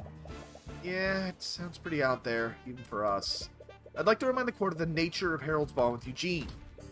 Eugene is a familiar. That means Harold Harrelson's can speak with him telepathically. But this is absolutely... Show me the law that says an animal can't give testimony, Your Honor. The Airbud defense. Show me the law. It may be unprecedented, but it's not against the law. Very well. Your Honor, you can't be serious right now. Are you actually going along with this? Oh, Miss Timura, I am looking for any possible reason not to entertain this. Mr. Cuthbert has a point.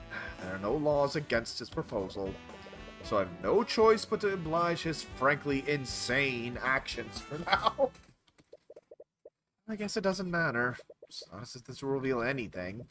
I can't believe I'm saying this, but bailiff, please escort Lord Harrelson's monkey to the stand. Monkey. Witness, please state your name and occupation to the court. I could do without the sarcasm, Miss Timura. Eugene is Eugene! Eugene Monkey! Bailiff, make sure the stenographer gets Harrelson's translations. Ugh. You can't see the armbands on him now. He must be at his normal intelligence now. Although, how would he even wear them? Maybe he held them in his hands. They only require physical contact, after all.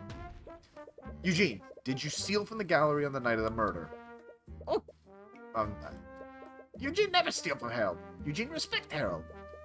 Then you'll have no problem testifying where you went during the Lord's ball. I can't believe I'll let you convince me to permit this. Cross-examine the monkey. Eugene explore house. Eugene look for a new place to play. Eugene also look for spiders. Spiders, yum yum. You think Eugene steal armbands of intellect? Eugene never steal from Harold. Harold friend. Eugene always held friends. Apes strong together. The fucking memes. Wow, you did it, Cuthbert. You blew the case wide open. Is this really gonna help us? Look, you'll just have to trust me on this. I trust you? That sentence sounded like it turned into a question at the end.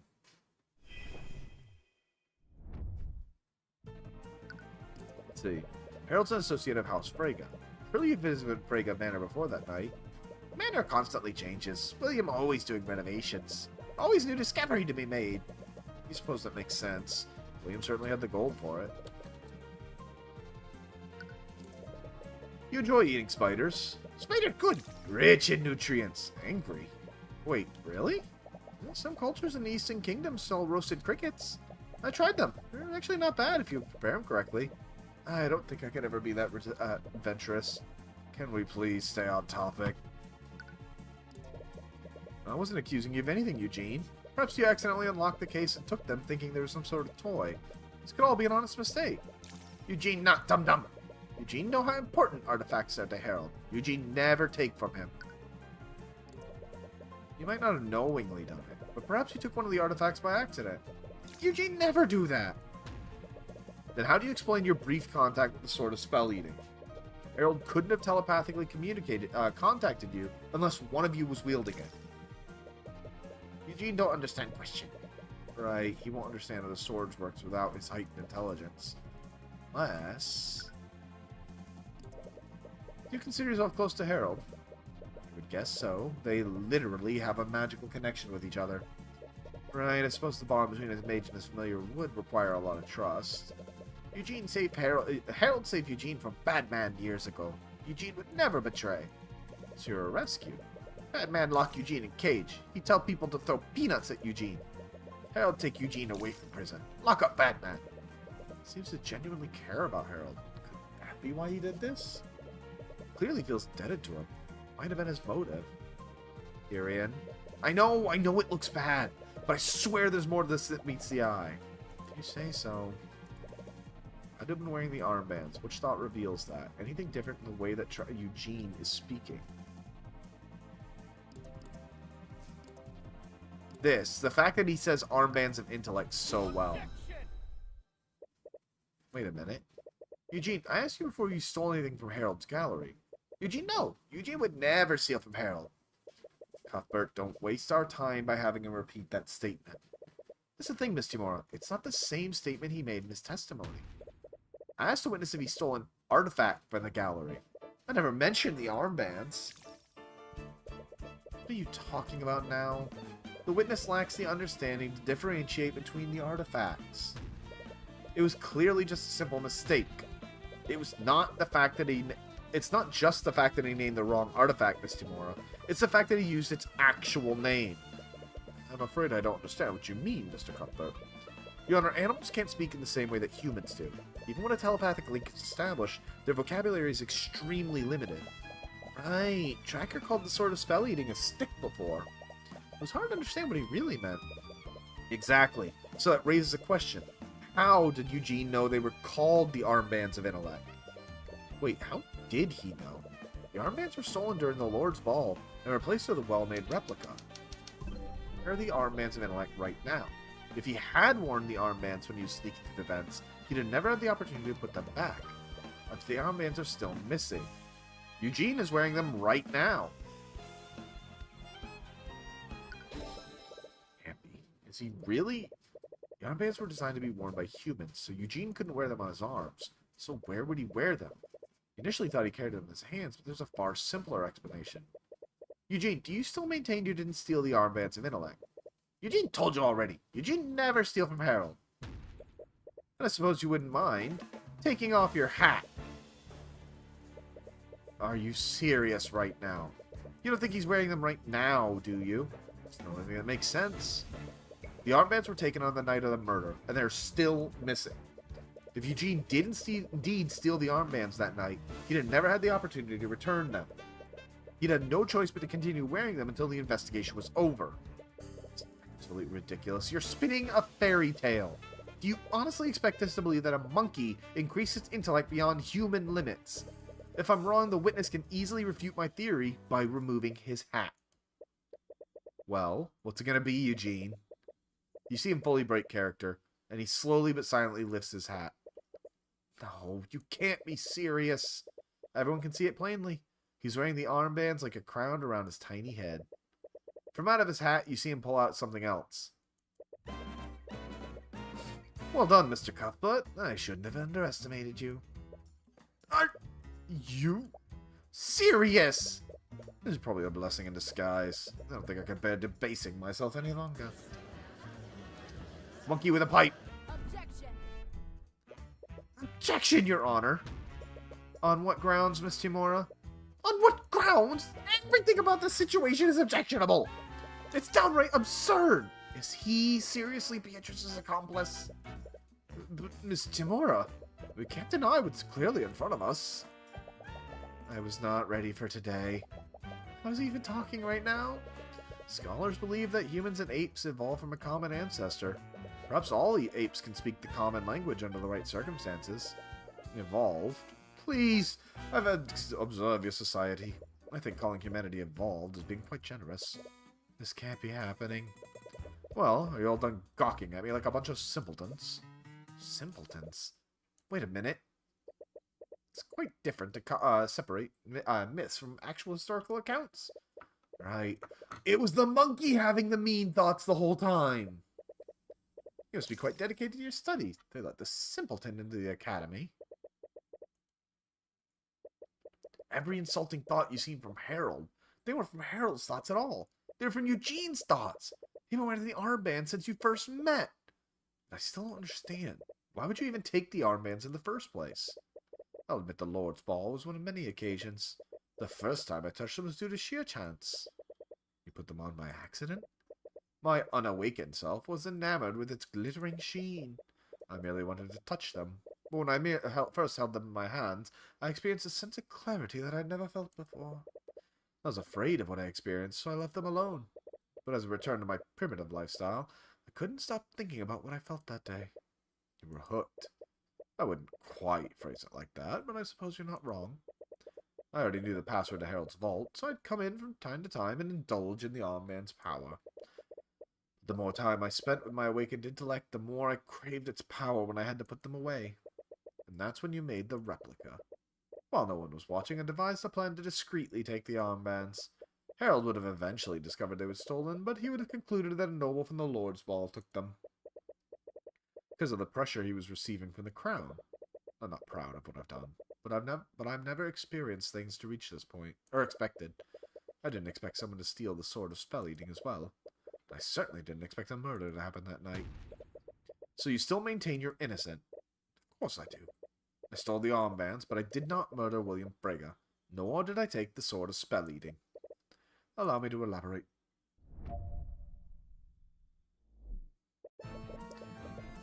I'll admit, I love the kind of like circus-y feel to it now.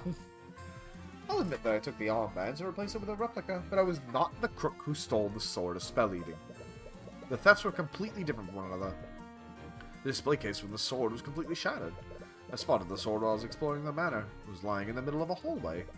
I wondered why such an important artifact would be lying there, so I took a closer look to inspect it. That's when I heard Harold call out to me telepathically. The sword must have protected me and Harold from the anti-magic field. I wanted to take the sword and return it, but a wild dog chased me away from the scene. He has a point. He didn't need to shatter the display case of the sword. Yeah, he already knew the passwords. But Tracker said that Eugene was the one that dropped the sword. Furthermore, he escaped in the air vent that led into William's study. His actions that night were definitely not as innocent as his testimony applies. Are you ready to... I meant that Phil wants to be your auntie's husband. Oh, no. I knew that's what you meant. I knew that's exactly what you meant, Vanguard. And that's why I said he would break Phil in half. He must have lied somewhere. Imagine coming in on this, by the way. Let's see. You stole the armbands by using Harold's spoken password, am I correct? Yes, I sat on his shoulder most of the time. He obviously never suspected what I'd do. It was a simple matter of listening to him when he transported the artifacts to Bregon Manor.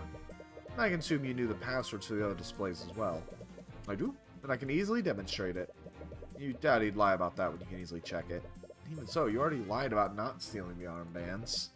Why would we believe you now? The answer to that lies in the physical evidence. How do we know you didn't shatter the glass to cover your tracks? Harold's password would disengage the locks, but they wouldn't disable the magic that protects the glass. Harold told you himself, didn't he? Only a powerful mage could have shattered the reinforced glass. But as a familiar, magic can be cast through you. Only Harold can cast magic through me. I can't cast any spells by myself. Even if I could, Harold's spell compendium doesn't have a spell that's powerful enough for that. His logic is sound. What if he's saying is true? Who shattered the glass? Anyways... Let me check something real quick. What is Leaf's art? Conjuration. I still don't trust Leaf, I'm not going to lie to you. I spotted the sword when I was exploring the manor. It was lying in the middle of the hallway. But that location was near the Frega's bedrooms. Don't tell me that you... What do you take me for? I know what a bedroom looked like, and I'd never enter one uninvited. Then why were you there in the first place? I was coming back from the rooftop garden. but I suddenly felt something interfering with the old man's magic. Gaining magic fields. Yes, I was worried something would happen, so I made my way back to the gallery to meet up with Harold. Let's see. Did you add this to your testimony?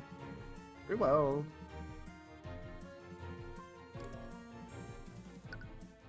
Okay, so, spotted the sword heading back from the rooftop garden. So that's gotta have something to do with the maps. Let's see. So here's the rooftop garden. Yeah, that's impossible. Because here's the rooftop garden, but the sword was found here. No shot. You're full of shit.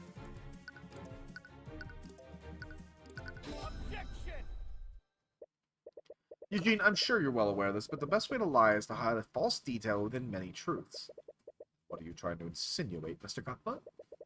You said that you were heading from the terrace to the gallery. Did you take any detours? Of course not. With the armbands nullified, my intelligence was slowly fading. I wanted to return to Harold as soon as possible. Witness, I'd like you to take a look at this floor map of Frega Manor. This is the location where the wild dog found the sword of spell eating. So tell me, Eugene, how did you spot the sword of spell eating when it was hidden in the hallway north of Beatrice's room? That's... Why are you nitpicking such an insignificant statement? He probably got distracted and went down the wrong hallway. Mr. Moore, Eugene came from the rooftop garden, and he was adamant that he went directly to the gallery to reunite with Harold. Even if his intellect was muddled, he was intent on reuniting with his worried companion. He definitely took the direct route. But if he did, he never would have been able to see into that hallway. I see your point, Mr. Cuthbert. What does this mean? This means the witness lied about where he was before he discovered the sword of spell eating. He wasn't coming from the rooftop garden. He came from the air vents in that specific hallway. So why were you in that hallway, Eugene? You lied in your testimony. Was it because you wanted to hide what you were really doing that night? I... Admit it, Eugene. You snuck through the air vents to avoid detection. Then you used the air vent in the hallway to break into William's study. After that, you murdered him using his letter opener, didn't you? That's not what I went there to do. No, I didn't mean... So the monkey was trying to steal the will. Does the monkey still have the will? Order! Order in the court! Witness, is this true? Did you break into William Frega's study during the lockdown? Yes, I did enter his study, but not for the reason you think. William Frega was already dead when I got there. What? What did you just say? It's true. Do you honestly expect us to believe a story like that? How could someone else have killed the victim before you got there? Tracker took the sword of spell eating, and you were the only intelligent creature that could walk through the air vents. I understand how unbelievable and suspicious it sounds. Why do you think I lied in the first place? What is the truth, Mr. Cuthbert?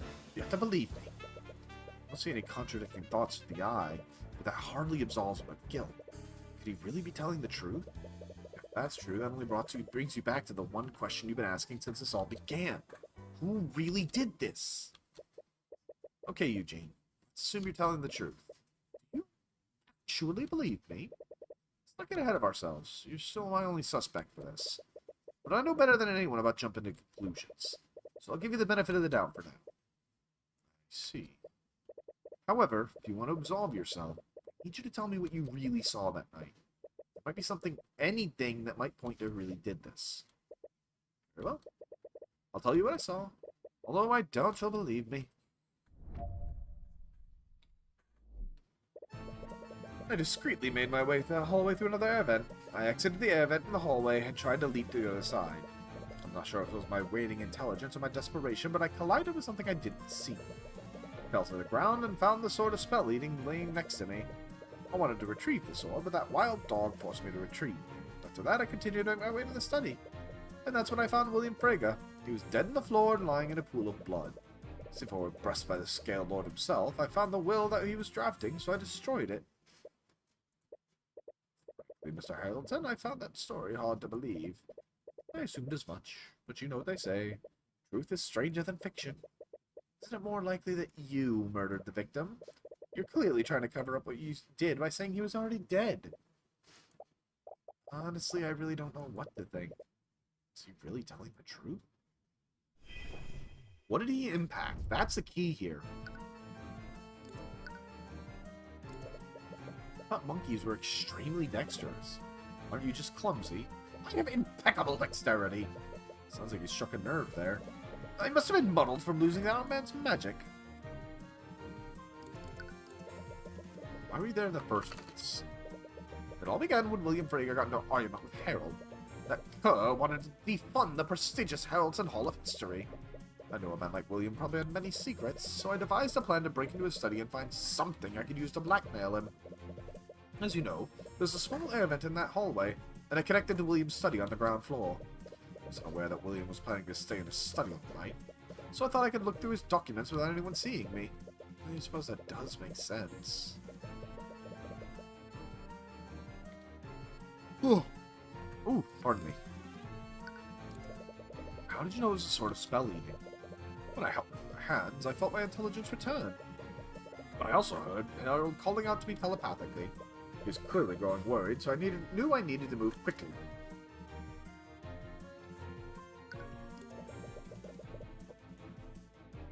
Did this wild dog have a white coat of fur? He did. Are you acquainted with him? Well, next time you meet him, tell him I don't appreciate being called a rat. I am a proud orangutan. You understand him? I've picked up a little of the canine language throughout my life. I'm also fluent in squirrel and pigeon. I can also speak owl, but I admit it's barely conversational. As much as you want to test the validity of those claims, they're not relevant to the case. What happened when he entered the study? Dead, lying in a pool of his own blood. That seems awfully convenient that he was murdered before you arrived. Oh, it may seem, but I'm telling you the truth. Do you have any explanation for how the assailant broke into the study without a sword? I unfortunately do not. It's obvious your testimony doesn't match up with the evidence. Whoever did this entered through the vents, or they used the sword to nullify the lock. And your own testimony states the sword was abandoned in the hallway. It doesn't match up with what you thought happened, but does it really contradict the evidence you have?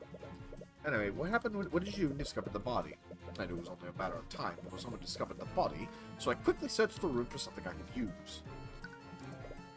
So you were the one that took the will. I've been trying to find it. What did it say? I was pressed for time, so I didn't read the entire document, but I found an order to his executor to defund the Heralds and Hall of History. Since he went out of his way to specify that on the current copy, I concluded that his former will didn't have this addendum. So you could save Harold's Museum by making sure it never got submitted for probate. Oh, jackass. You have the will with you. My apologies. I crumpled it up with the will into a ball and ate it. Then I left the room before my intelligence was completely gone. I'm really hoping to see if William followed through on his threat to disinherit Beatrice. It's hard to believe, but you can't see any direct contradictions. Similar? What if he's telling the truth? If Eugene did this, then your next course of action is clear. Although that still wouldn't explain how Beatrice fits into this. You recall something Tracker said. You said you had to smell to see where the rat was. Yeah.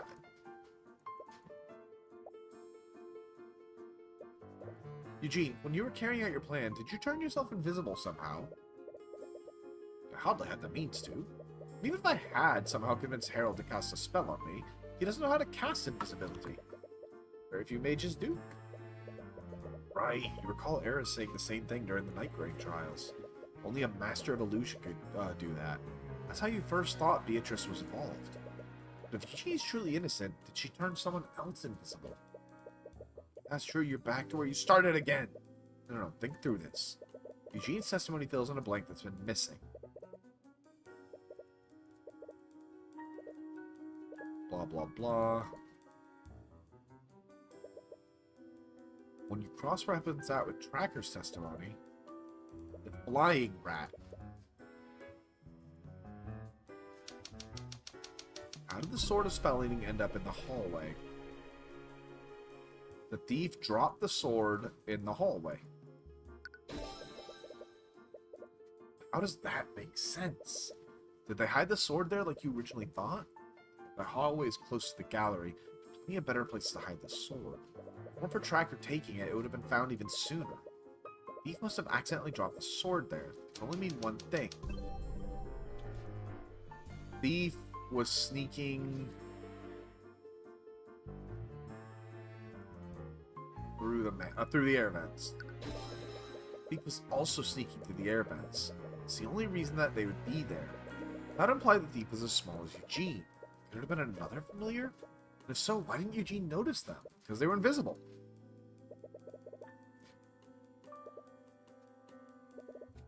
Master illusion, cast invisibility. Never trust someone to work together. You've been approaching this situation incorrectly the entire time. Wait a minute! That's how she can see! She's had a familiar this whole time, and she just has it turned invisible. The breaking of glass and the casting of invisibility, those were the elements that you knew she was involved in, but it never fit together. Not unless she was the one pulling the strings the entire time. There's only one way she could be controlling the entire time. What did Beatrice use to commit the murder? Find familiar? A couple of memories flood into your mind. Creature with that bond or souls are forever connected. See through his eyes.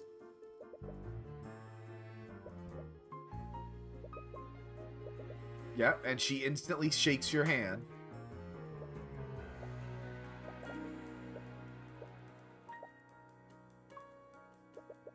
You don't know if she was blind back then, so you barely even noticed it. I noticed it.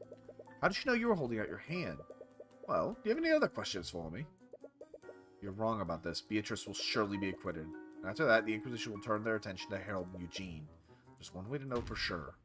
Your Honor, the prosecution has no further questions for the current witness. He's dismissed. What? I see. You have something else planned, don't you? Yeah, I actually need your help. Really? You tell her about your plan. Really? I feel like you're making some big assumptions there. Wouldn't the Inquisition check for something like that? I know. It's the best play we have. Remember what Steelman said yesterday? The moment the guards saw the body, one of them cast Detect Magic. With that spell, they'd have seen any invisible people hiding in this room. You can use Detect Magic like that? Of course. Standard procedure. Like all spells, invisibility leaves traces. Okay, Detect Magic, see through invisibility. I know where this is going. You'll be able to confirm its location. Once you do that, you need to reveal it. Alright, I'll follow your lead. So, Mr. Cuthbert, how do we proceed? Your previous witness brought about more revelations than I could have ever guessed. However, you still haven't given a substantial explanation for how the murder occurred, or who actually did it. I understand that, Your Honor, but it all makes sense after I call my next witness. Another witness. I understand your hesitance, Your Honor, but after everything we've learned about these trials is finally coming together. And this final witness will tie it all together in a perfect knot. Your Honor, the prosecution calls Beatrice Frege to the stand. Seriously, Cuthbert, you went through all that trouble just to end up calling my client to the stand. You and your client have the right to refuse, Miss Tamora, but I wonder how that'll reflect on your client's character. Doesn't really matter. She's already standing here with Miss Tamora. You can carry out your plan regardless of what she decides to do, but it'll have much more impact if you could bait her into lying on the stand. My client says she's willing to testify. However, we'd like to propose a short recess. With these new developments, I'm sure you can understand we have much to discuss. I see no reason not to grant the defense's request. Is this really okay? If we give them time to prep, they might realize what we're doing. I know, but I don't think we have anything to worry about. I've been building a psychological profile of Beatrice since the case began. It's hard to read her expression and her emotions, even with the Eye of Horus. She keeps herself guarded and keeps her true intentions unknown. She's powerful, more powerful than her father ever cared to admit. Despite this, he tried to control her and put her inside a cage. But Beatrice Frege would never live inside a cage. She wanted freedom and control. She'd do whatever it took to get it. You're sure the accident that blinded her didn't help things. When everything was said and done, she abandoned everything. Her wealth, her status, her family. She could have waited. She could have gritted her teeth until it was her turn to lead House Frege. If she was willing, she could have even secretly pushed her father past the gates of death herself. But she couldn't bear to live like that, even temporarily. You have no idea why this is how she chose to do it. Perhaps it's something to do with their meeting. But you know one thing. Beatrice Frege will never put herself in a position of vulnerability. If you endanger her freedom, she'll make sure she can see who she's up against. In the interest of giving the defense time to deliberate, we'll be taking an extended recess. Court is adjourned. Objection? Nope. So you were exiting the courtroom. You sent Celeste to do some reconnaissance. Should be similar to when she scanned Valentina during the Nightgrave trial. Tyrion. Celeste, were you able to see it? Yeah, it's definitely there. And it sits on her shoulder most of the time. So she keeps it close to her. It's good to know. It's kind of weird, though, but I've never used detect magic like this. Well, you doubt someone like her would choose a conventional animal, especially for something like this. Cuthbert? Miss Timora? There's something I need to show you. Preferably alone. Celeste gives you a concerned look, but you nod to show her it's okay. She moves to sit on a bench where she can keep an eye on Beatrice. Alright, lead the way. Ooh. Way bigger than I thought. Miss Timora leads you out of the courthouse and into the city. Every time you ask where she's taking you, she avoids answering your question. Alright, we're here. You arrive at an empty alley in the, frankly, seedier part of town. As Miss Timora approaches one of the derelict buildings, she's met with a large, burly man who's guarding the back door. The man silently acknowledges her and steps aside to let her in. Miss Timora, where are we going? Sorry about this. I'm sure you're confused. Please trust me. I'll explain everything. Before you have a chance to ask for more information, she moves into the building. The man guarding the door looks at you expectantly. The entire situation doesn't sit right for you, but you continue to follow her. Despite your recent disagreements, you know you can trust her. As you head further into the building, you find yourself in a surprisingly well-furnished room. How it looked outside, you'd never would have guessed it looked like this. Almost looks like a room you'd encounter in Frege Manor. As you enter the room, you spot several mercenaries standing at various points in the room. Most surprisingly, you see Eris standing at the end of the room. You give her a confused look, but she simply smiles and waves at you. That's what I thought too, hun. Because flying rat... I take her? Sitting at a desk next to her, you see a man with an eye patch. Looks like he's been expecting you. Ah, Timora! Upon seeing you two, he cordially welcomes Miss Timora before turning his attention to you. And you must be Tyrion. Timora's told me a lot about you. I see, but who are you? I've been called many names over the year. My favorite's always been the Eye Taker. The Eye Taker. On the sounds of it, you've already heard of me. Miss Timora, what is this? My daughter, Eris, has told me all about your work prosecuting the case. I'm sorry, daughter? I have to say, I'm quite impressed. Getting a monkey to testify? I don't think even I can pull off a grift like that. Pretty much blown past my expectations. I get to the point. As soon as you interrupt him, you feel every person in the room tense up. You don't even need to either know your interruption put them on edge. Relax, everyone. Kids will be kids. My father myself, you know? Yeah, I don't trust that. I think she looks nothing like him. And she has magic. There's no way he's a noble. Anyway, I'll get straight to the point. I have a certain interest in the outcome of this trial. What are you talking about? Well, Lady Frege has been a client of ours for a long time. Done a lot of favors for her. And the time has finally come for me to collect. The debts that Steelwind mentioned.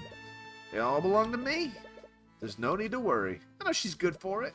That is, if she can inherit House Frege. What? Timora's a good attorney, even without my help. If she's convicted, we can easily reduce her sentence by rubbing the right hands. You see, there's the pesky Slayer rule.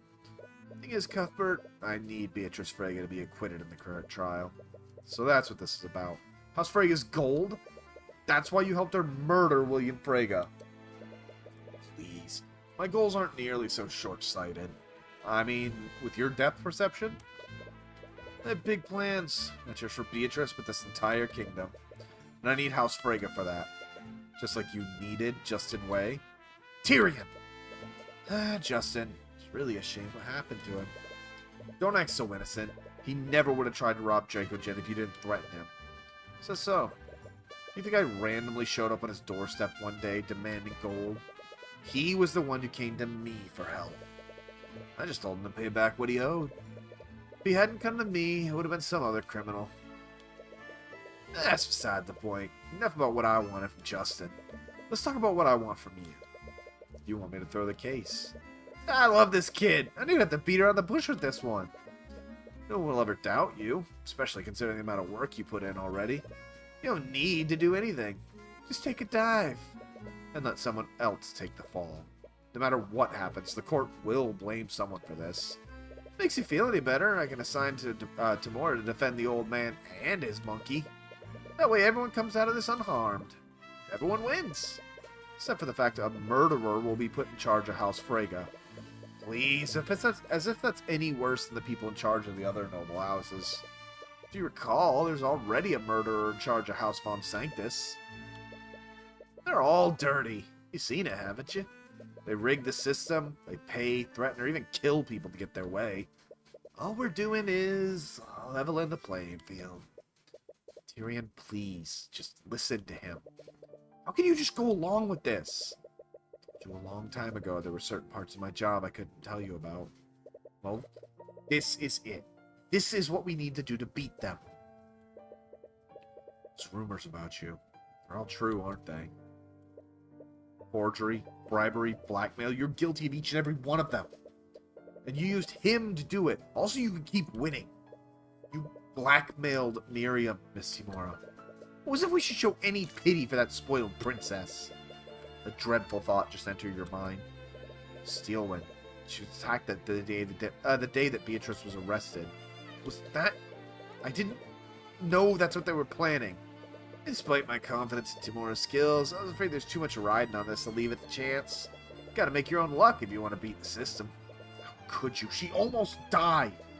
Never expected her to restrain her injuries like that. We definitely didn't expect you to take her place. So believe me when I say I'm being uncharacteristically reasonable right now. How could you even consider working with someone like him? Do you think it's a little arrogant to judge her, Cuthbert? What? Talk about defending people as if you two are even close to being equals.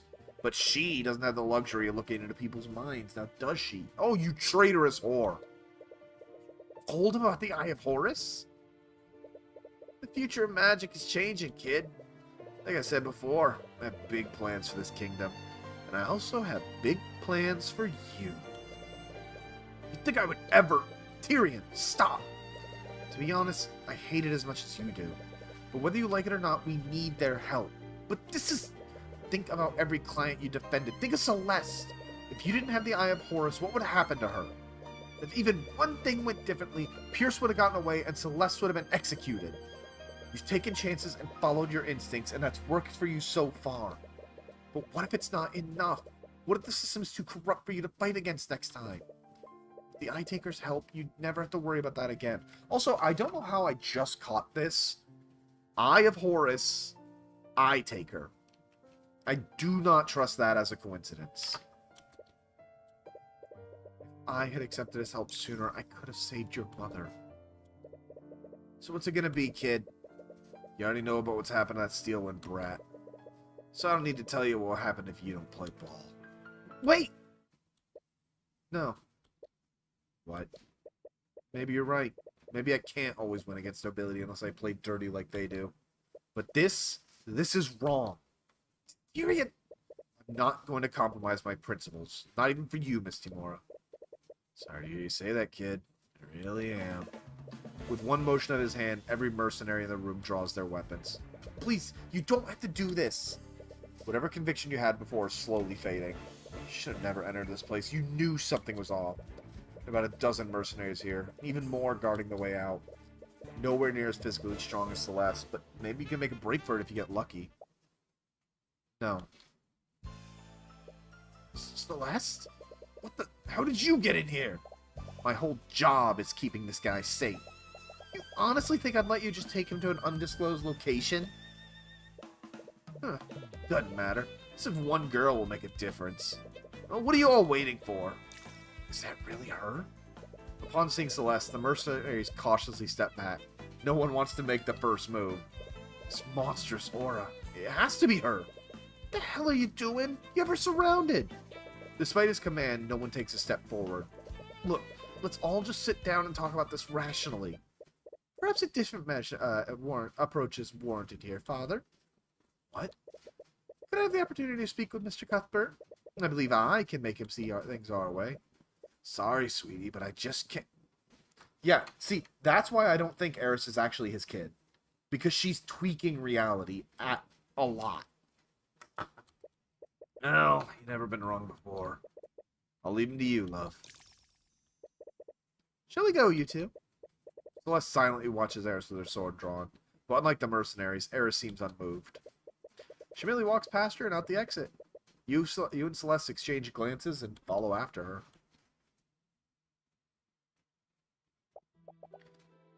That was close. I don't think I could have fought that whole room while protecting you. Does that mean she could have fought them if she were alone? You two really are courageous to a fault, aren't you? Eris, I appreciate you vouching for us, but I'm not changing my mind on this. Well, I'm well aware of that. Why do you think I intervened? Oh, well, thank you. Is this really okay? Would your dad be mad? I should be asking Tyrion that same question. You've seen your adoptive mother's true colors and rejected them. How are the two of you going to move forward? She's not my... Isn't she, though? She lost any right to deny it the moment she took it upon herself to raise you. She only did that because I asked her to. It wasn't her choice. Oh, but it was. How old were you when your real mother was executed? 10 years old? Eris! Back then you barely knew Timora. It would have been stretched to even call her a family friend. She was the adult in that situation, and what'd she do? She fed your anger and hatred to the nobility, instead of allowing you to process your grief healthfully. Timora took you away from your only friends and isolated you from society. She even homeschooled you, didn't she? As a result, you never formed any other relationships. You made your first close friend at the age of 20, and she was your client. Don't you think that's a bit sad? She isolated you because she wanted to use you. Not true. That's not why she... From what I've seen today, you clearly have no idea who Timora is. Even with the Eye of Horus, you're clearly a terrible judge of character. Eris, you're going way too far. To save you from more heartache, let me give you one last piece of advice. Eris leans in really close and begins to whisper in your ear. Do you honestly think Celeste will ever love you? What? I'm sure you understand now. Timora could only afford to pay her exorbitant salary because of my father. You've already burned that bridge, so where do you think the Crimson Demon will go when you can't afford her services anymore? No, she's not. With Flintheart dead, she has to worry about her mother. You think she has the luxury of playing around with you for free? Or did you actually think she enjoys spending time with you? Tyrion, you have to look at this rationally. Any support or affection she's given you has only been to keep you as an employer. Yeah, no, wrong. You need to know a lot about these things. Oh, yeah. Why are you doing this? Because I want to finally break you. Because I'm just trying to keep you from getting hurt. It may seem cruel, but you have to be realistic about these things. You trusted Timora, and she betrayed you. Try not to make the same mistake twice. Celeste didn't hear anything she said, but she seemed to notice how it's affecting you. Eris, that's enough. My apologies. I've been told I'm a bit too blunt sometimes. But I do hope you'll think about what I said. Anyway, the trial should be starting soon. We should make our way back to the courthouse. I'm genuinely curious to see how this trial ends. Hey, Tyrion? Are you okay? What'd she say to you? She reaches for your hand. Oh my god, Tyrion, you fuck. Tyrion? Sorry, I didn't mean to... I'm okay, really. Okay. Is he mad at me? You can't think about everything else later. For now, you know what you need to do. You need to convict Beatrice Frege.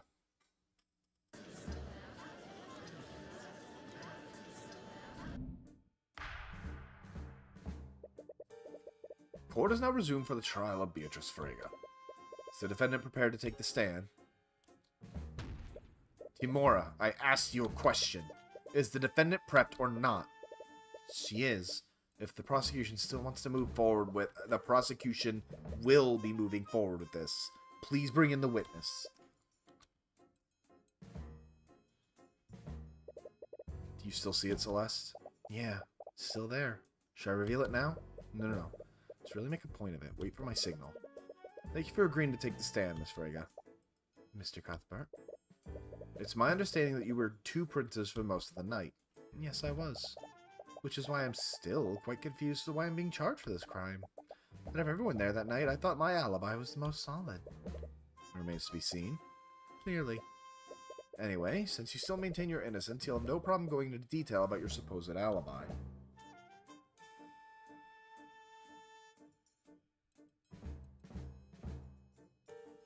I don't think she's twisting his emotion, but...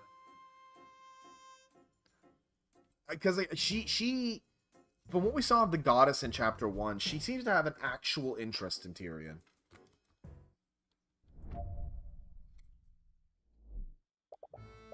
As you know, I was with Crown Prince Aster and Prince Alaric for most of the ball. I went there after my meeting with my father, and I remained with them until I was arrested for his murder. Lord Steelwind and the Kingsguard kept watch over me that entire night as well. I had neither the means nor the opportunity to steal the Sword of Spell-Eating and break into my father's study to murder him. I didn't do that. And that, Miss Frege, is where you're mistaken. You definitely had the means to commit both crimes while under the eye of everyone there that night. The most effective tool an attorney has is revealing a contradiction in a witness's testimony. So it only completely shatters your opponent's argument, makes the court doubt whether the witness is acting in good faith. Usually you've used evidence to reveal contradictions like this. Now, Celeste. Aburo. Wait, what are you doing? A demon? Your Honor, the witness's testimony is clearly... Oh my god, what the hell is that thing? Tyrion, get behind me. So, a monster, someone called the Inquisition, the Kingsguard, anyone. You're good, Vanguard. Your Honor, can you please restore order? Your Honor? The old man fled out the back door the moment he saw me. It can talk? It's a demon, it must be. It's just like the legends say. Can we all just calm down? It takes a while before you can get everyone in the room to settle down. Now we're judge. Eventually, it was clear the demon wasn't intent on harming anyone. At least not yet. The court ordered extra guards just in case, and you're eventually able to bring everyone back into the courtroom. Mr. Cuthbert, what is the meaning of this? Sorry, I didn't know it was a... actually, what are you?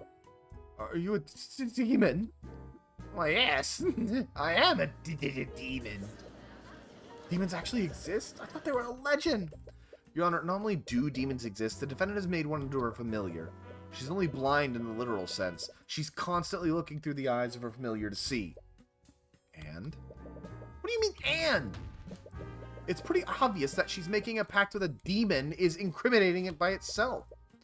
Tell me, Your Honor, do the laws of Wyverngard permit entering in accord with a demon? They don't, but then my client has committed no crime. Even so, I would have really preferred not revealing Marunath like that. Marunath, is that your name? It's what most people call me. Suppose you have a point, Timora. Having a demon of your familiar isn't technically illegal. However, this does prove the defendant had a way to commit the murder. Yeah, no shit. We're now judge, defendant, and prosecution. Next, we're going to be the fucking murder suspect, okay? She could have sent Marunath upstairs to the gallery and had him steal the Sword of Spell-Eating. After that, they just need to traverse the vents into William's study, just like Eugene did. The fact that familiar is a demon proves she couldn't have done that. What do you mean? You saw how everyone reacted when they saw Marunath's form. A monkey may have raised some eyebrows, but surely someone would have reported Marunath if they saw him. Tomorrow, your client is a master of illusion magic. Can I assume we'll find invisibility in her spell compendium? You might. And with the connection granted by familial bond, she could have cast a spell on him regardless of where each of them was. I'll admit my client does know how to cast invisibility, but your theory raises another question. Could my client continue casting it unnoticed? Continue casting it? You'll understand once I go over the order of events that night. At an unknown time, someone stole the Sword of Spell-Eating from Haraldson Gallery. Due to the timing of this, I'll admit it would be logically consistent if my client was the thief. However, sometime later, my client met with the Crown Prince and was watched closely by the Kingsguard. And he's still defending himself. From witness accounts, including yours, we know this happened at 12:45 a.m. Since this time, my client didn't leave the Kingsguard's sight. It was around that time that William Frege retreated into his study and locked the door. He made a point of telling anyone he didn't want to be disturbed. At 1:03 a.m., Lord Haraldson finally discovers the sword was stolen. He reported the theft to the Inquisition, and they activated the lockdown system. Shortly after the report, Lee Frege tried to speak with her father about the theft. William Frege reiterated he did not want to be disturbed. Leaf saw his face, and there weren't any traces of illusion directly on his body. This means that William Frege was still alive at this time. Unbeknownst to everyone at the time, William Frege was attacked by the murderer at 3:12 a.m. It is confirmed not only by John Hughes' testimony, but by the autopsy report. Then at 3:26, the Kingsguard found the sword of spell eating in my client's old room. The Kingsguard tried to arrest my client for this, but the Crown Prince told them to stand down.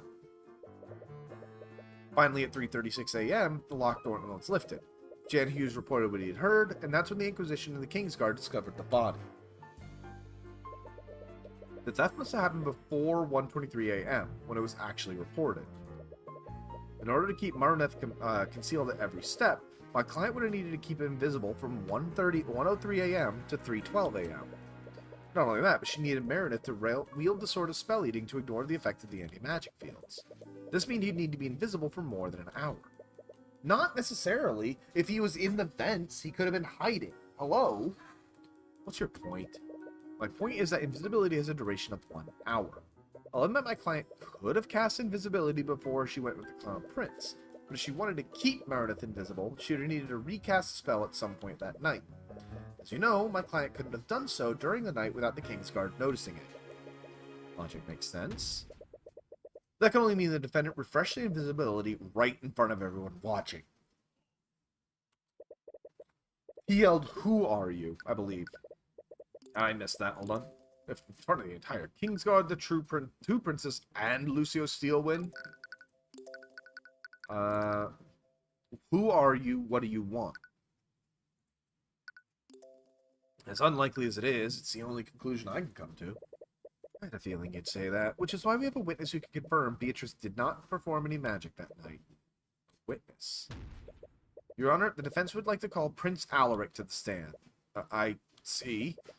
He would have certainly been close enough to notice the defendant casting magic. But wouldn't the Crown Prince's testimony be more suitable?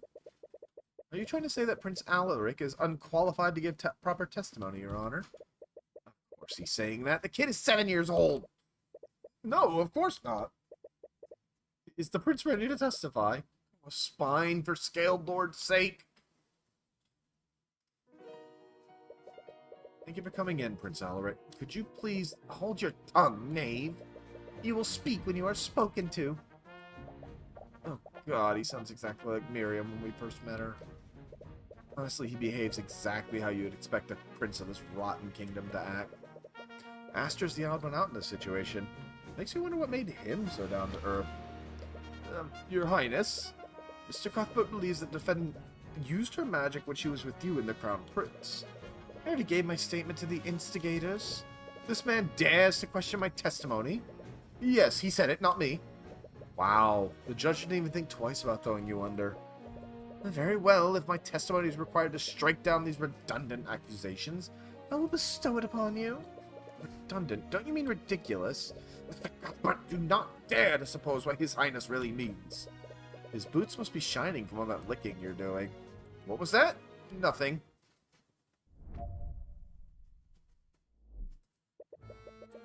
Well, not only is he more likely to lie, he's more likely to just get it wrong. You think Lady Frege cast magic right in front of me? Don't be a serf. She was under the careful watch of the Kingsguard, my brother and Lord Steelwind. We conversed the whole night and I didn't see her cast any magic. She's been through so much over the past few years, all because of her horrid father. She'd never do something like this. You and Lady Steelwind are just jealous. Yeah, just like a kid. Seems really convinced he didn't see anything. You doubt he's intentionally lying. Celeste, usually used to cast detect magic, I could see the magic energies overlaying your eyes. Yeah, there's always a visual magical effect on the target when I cast the spell. But Marineth is probably in another room. The Kingsguard wouldn't have seen the initial magical effect of invisibility. Even if there wasn't an invisible effect in the room, she still would have needed to say the incantation and perform the gesture with her hands. Oh god, Vanguard, what game is it? Right, like how you shout Repario Arcanum every time you scan a crime scene. Shout it. Anyway, she must have done the incantation and when she was playing with the kid.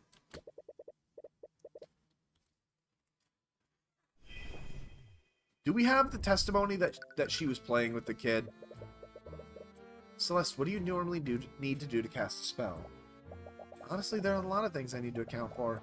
Stamina and focus are a big part of it. Assuming she's in perfect condition, what's the bare minimum she'd need to do? Well, she'd have to focus her magic, say the incantation, and perform the gesture with her hands, all at the same time. They sound pretty conspicuous. She must have hidden it somehow. Do we have testimony? Spent the entire night with them.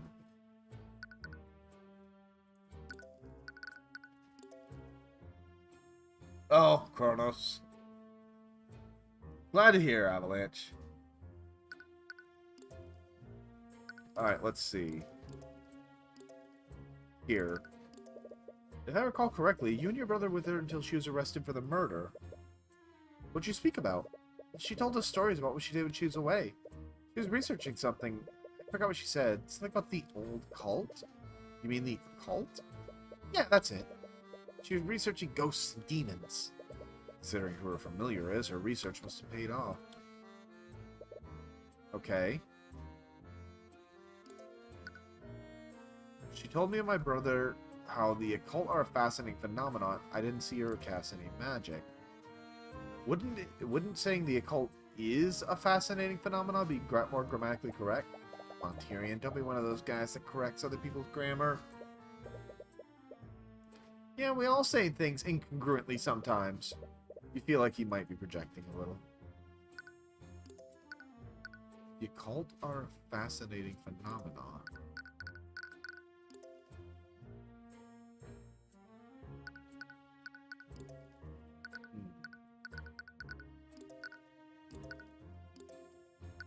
Yeah, I know that's it.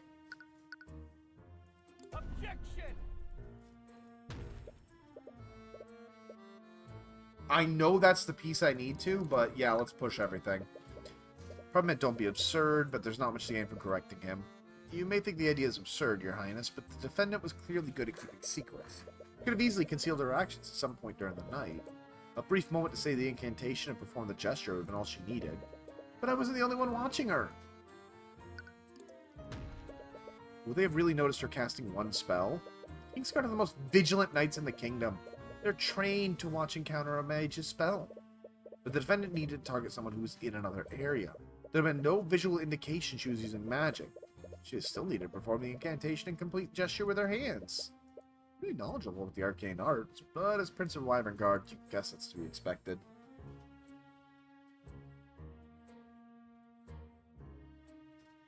Honestly, yeah, Kronos, I haven't actually picked it up either. It doesn't really seem like my kind of deal, though. Clearly sympathetic to her situation, but you must have been only a toddler when she left 5 years ago. My brother spoke of her a lot. He told me all about her. I could tell from his face. He was really sad she ran away. Even if it's not romantic, Aster clearly cares about her a lot. The prosecutor must have complicated feelings about it. Well, I can't speak from a steel wind, but I'm just trying to get to the truth. Liar! You just hate her because she's a noble, don't you? Lord Von Sanctus told me all about you. You just want to lock nobles up because you're jealous how much gold we have. So he speaks with Von Sanctus frequently. That explains a lot about his personality. Oh, I know what it is. He heard it wrong. Spells, invisibility. Yep, occult aura. Objection! To cast a spell, a mage needs to speak an incantation, but there's nothing saying that you can't say anything before or after it. Your Highness, according to your testimony, the defendant told you the occult are a fascinating phenomenon. Is that exactly what she said? Word for word. Yeah, the stories she told us were quite interesting. They actually really struck a chord with me. I see. Well, even if they were interesting, your testimony proves she did cast the invisibility spell that night. Hell yeah. Metaphor, like I said before, Metaphor, it really seemed like it had everything there, but I just couldn't vibe with it. Are you deaf? I already told you. No one heard her say any incantations, nor did they see her perform any gestures. Unfortunately, your testimony proves the contrary. Beatrice Vega said an incantation and performed a gesture right in front of you, all without anyone even noticing it. What? Your Highness, there are two components required to cast invisibility. First, the caster must speak the incantations Occultare and clap both their hands together. her fucking claps when she keeps mumbling and clapping. As I'm sure you noticed, the defendant has a habit of clapping both her hands to calm herself. Now, think about it, that habit must have come from constantly casting the spell. The defendant requires Meredith to see, so she must constantly cast invisibility to keep him invisible. Cuthbert, you may have an explanation for how she hid the gesture, but she would have still needed to speak the incantation. However, she did speak the incantation. The witness testimony proves it. What are you talking about? I never said she spoke any incantation. Your Highness, the incantation for invisibility is occultare. Now recall what you said in your testimony. She said the occult are a fascinating phenomenon. The pronunciation of that one phrase is identical to the incantation. I see. So she hid the incantation in her conversation. Also, we're wrapping this case up no matter what. Same with tomorrow. Actually, tomorrow it depends on how bad it goes, because this case went way longer than I thought. But tonight we are wrapping up. And because her target was a creature that was outside of the ballroom, no one saw the magical effects. That means that Meredith had the means to murder William Frege, just as Eugene did. Having the means is completely different from having actually done it, Cuthbert. Very few people had the ability to shatter the display case to seal the sword of spell eating. And even fewer people had a familiar small enough to traverse the vents. Which also makes Harrelson's familiar an equally likely suspect. And unlike my client's familiar, he admitted to breaking into William's study that night. If your client's familiar is truly innocent, then why not have him testify before the court?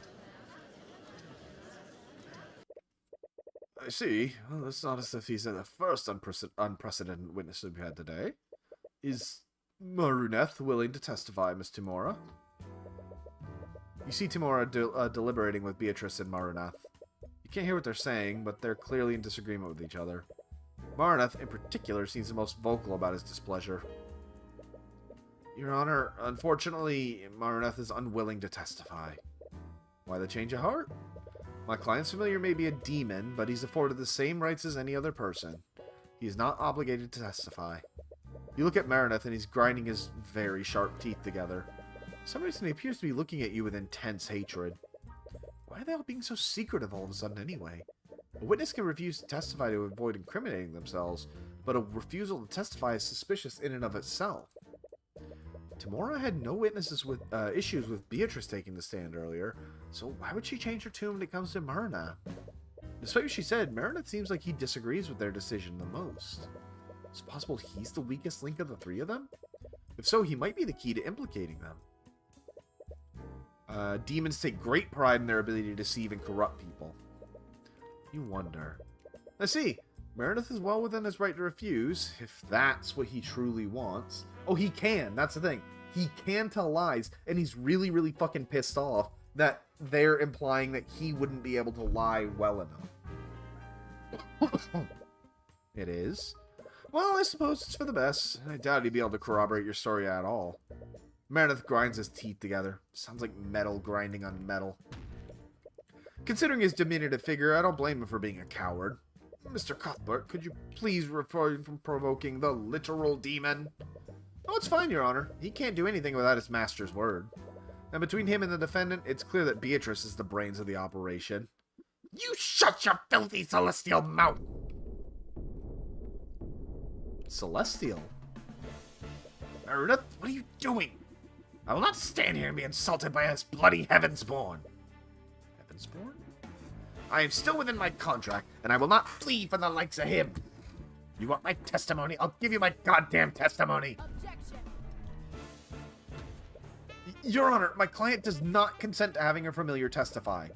Timora, didn't you say earlier that Meredith is afforded the same rights as any other person? He has a right to refuse to testify, but only he can decide if he wants to exercise it. And he's clearly intent on giving it. So, Meredith, why don't you testify about what you were doing on the night of the murder? Gladly.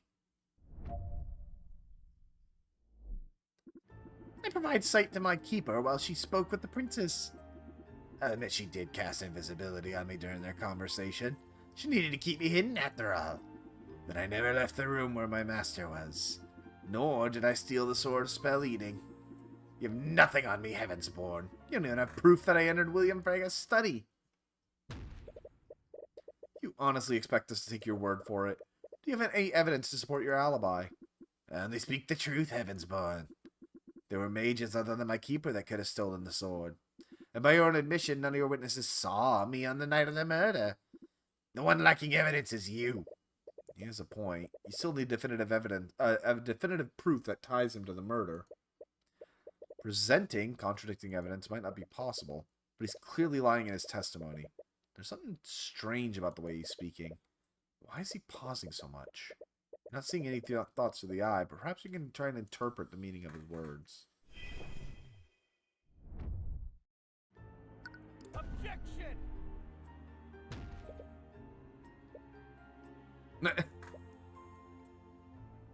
Okay, let's see. Provided sight to my keeper while she spoke to the princes.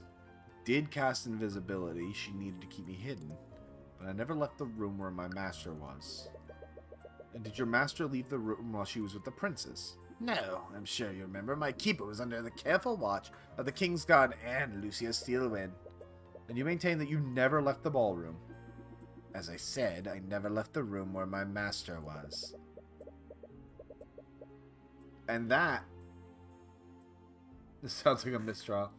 The thing is, where his master was, but he doesn't see her as his master. Exactly, Matt. He sees her as keeper.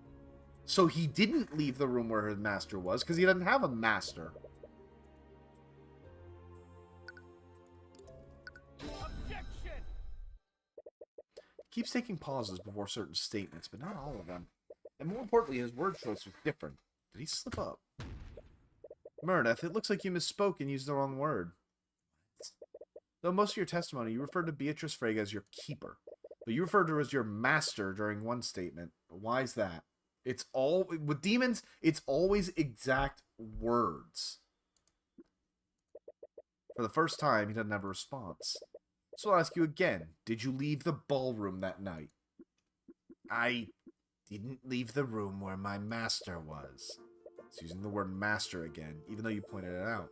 Why isn't he correcting it? Does that mean he's intentionally using the term? If so, why? Why is Meredith using the term master? There has to be a reason why. Because Beatrice is not his master. Take his words at face value. The master he's referring to isn't Beatrice. And if Beatrice isn't his master, then the statement, I never left the room where my master was, would technically be true. But why bother making that distinction? Clearly has no moral hang-ups about committing murder. He could have just lied. Why wouldn't Myrna simply lie? Demons apparently pride themselves on tricking and corrupting humans, so why wouldn't he just lie? Oh no, you're right, hon. Demons are clearly different from humans, but they seriously have a limitation like that? Would explain why Tamara and Beatrice were so opposed to having him testify. There's only one way to know for sure. Witness, can you repeat the following statement for me? Tyrion Cuthbert's hair is green. What kind of ridiculous request is that? Another pause. I'm afraid I must agree, Mr. Cuthbert. Please don't waste our time. I'm just conducting a little experiment, Your Honor. So I'll ask you again, Maroneth. Say the following phrase. Tyrion Cuthbert's hair is green. Your Honor, Cuthbert is clearly making trivial requests to stall for time. His request is not worth the response for the witness. It's not what I'm doing, Timora, and I think you know that. Meredith, we truly don't know much about demons aside from the stories told in myths. So is it possible that demons are physically unable to lie? Damn it. I'm sorry, Mr. Cuthbert, that seems quite ridiculous. Why wouldn't the witness be capable of lying? Genuinely don't know, Your Honor, but his testimony speaks for itself. I can easily refute it by granting my request. Say, Tyrion Cuthbert's hair is green, witness. You said it yourself. Tyrion Cuthbert's hair is green. That's not what I asked for, witness. Again, it's very specific phrasing. Repeat the statement I told you, word for word, nothing before or after it. Your Honor, the prosecution's argument is absurd. The witness is not obligated to fulfill such an outrageous request. I'd be compelled to agree with you, Miss Timora, if the witness wasn't clearly avoiding fulfilling that request. Oh my god, the judge actually has eyes. Well, we're all waiting, Marna. You can easily prove me wrong by repeating my statement plainly. Fuck me, Heavensborn! Say it, Myrna! Tyrion Cuthbert's... Tyrion Cuthbert's hair is... Tyrion Cuthbert's hair is... blonde. It's not liar, liar scene. The pen is blue. And technically, it's a dirty blonde. Oh, shut up! Is Mr. Cuthbert correct, Myrna? Are you actually unable to lie? I think his silence speaks for itself, Your Honor. Remarkable. I never would have imagined. And with that, proving my case becomes a much simpler matter. Myrna, did you murder William Frege? I'm sure you understand, witness. Under these circumstances, staying silent is basically an admission of guilt. You have no reason to stay quiet, Myrna. Tell him the truth. Lady Beatrice, what are you? I believe it's time to come clean, don't you, Myrna? See, so that's your play. I don't think you can just stall for time, Miss Frege. Meredith has no choice but to answer the question. Do it, Meredith. Tell the court the truth. Answer your question. Yes. I did murder William Frege. What are you doing? Miss Frege, does that mean you're confessing to the murder? Oh, Your Honor, I'm not admitting to anything. This confession comes from Meredith himself. But your own familiar just... Let me ask you a question, Meredith. Did I order you to murder my father? No, you did not, Lady Beatrice. What are you talking about? She didn't order him to do shit. She asked him. Demons are physically unable to lie, Mr. Cuthbert. She's right. She must have done something. Did she plan for this? She must have arranged things so that statement would be technically true. She could have asked someone else to give the order. She could have just implied it. Either way, she could just plead ignorance and blame everything on Merida. Still, this isn't over. Oh, is that so? Let me tell you, this trial was over the moment Arya turned her blade against me. I don't care who you are. Man, king, or demon, you're not going to get away with this. Oh, I do love the gravitas behind that, but I wonder how long it'll last. Hit me with your best shot, Heavensborn? Is she a demon?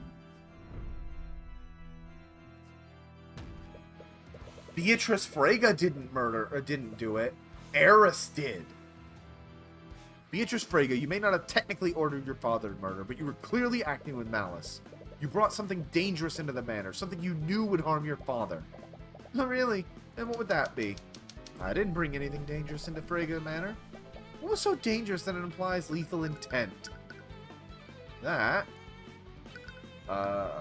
is a good question. I would say Meredith himself. Oh, there we go.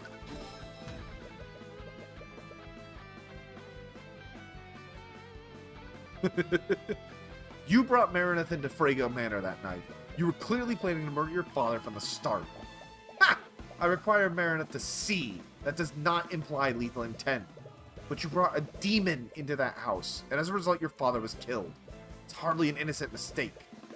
My client specifically asked her father if familiars were allowed. We even received legal confirmation beforehand. But he couldn't have possibly expected her to bring a demon. He didn't specify not to do this. The President of Meredith does not break any of his rules nor any laws made by the kingdom. Right you are, Timora. I can hardly be blamed if my familiar acts without my knowledge. Can you be blameless in Meredith's actions? He's your familiar. By that same logic, shouldn't we also blame Lord Harrelson for the actions of his pet monkey? If I recall, he broke into the study, tampered with the crime scene, and left my father's body without reporting it. That's... Meredith and Eugene are intelligent and sentient creatures. They have their own autonomy. Their keepers aren't legally responsible for their action.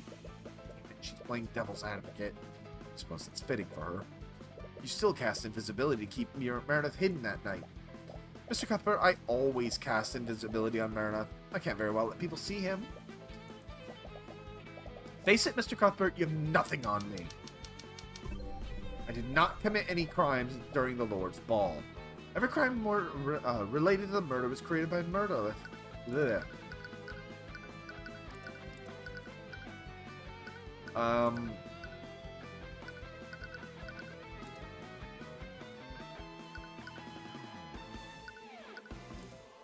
I got nothing.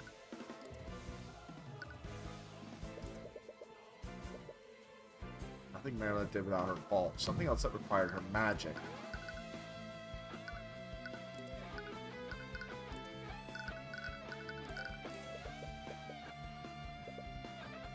Okay, then I'm gonna save Scum a little bit here. Although I will admit... No, not that. I will admit, I'm complete... Oh, wait, I can't save Scum. I'm completely stumped. Wait! No. She didn't commit any crimes during the Lord's Ball. She did it before. No? What required her magic?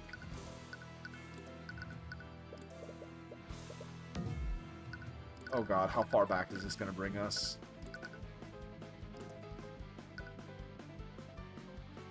I can try, but... My god damn it. Good job, hon. I figured that it wouldn't count because she could still blame that on Marina. Required your magic to break the wards guarding the sort of spell eating. You may be able to explain why you cast invisibility that night, but you can't explain why you cast an evocation spell powerful enough to shatter that display case.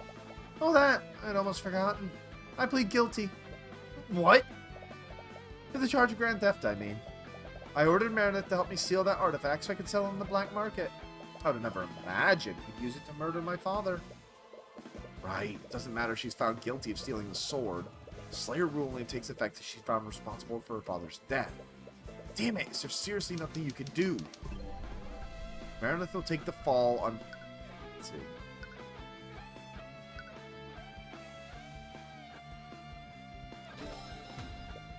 Because demons are proud. Meredith, the sentence for first-degree murder is death. Are you really willing to die for your keeper's crimes? Oh, you stupid Heavensborn. Demons never truly die.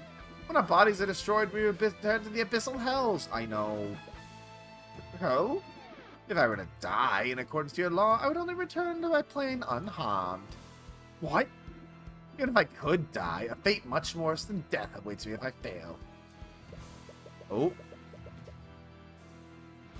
That seemed like the slip. So, do you have anything else, Mr. Cuthbert? I didn't think so. Your Honor, it appears we found the true culprit. I can't believe you killed my father, Meredith. I'm so cross with you. I should give my apologies. I won't do it again. Don't worry, I forgive you.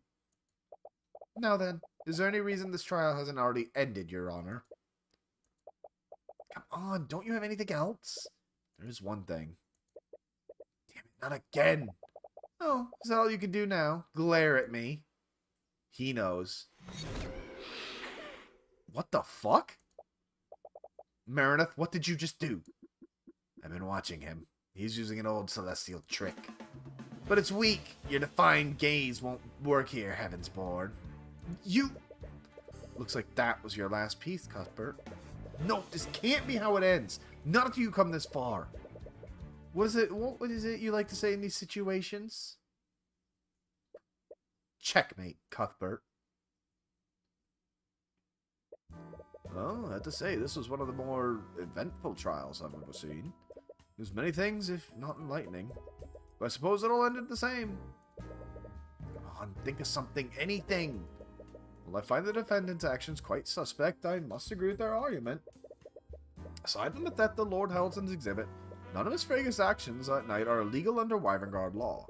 There's no proof the defendant is responsible for a familiar's actions. With these revelations, I see no room for debate. We'll be taking a brief recess. God damn it. I'll announce my verdict once we resume. Is this seriously how it's going to end? After everything you've gone through to get here. Objection? The world is bleak, merciless, and unforgiving. I've seen you. I know how bright the light within you is.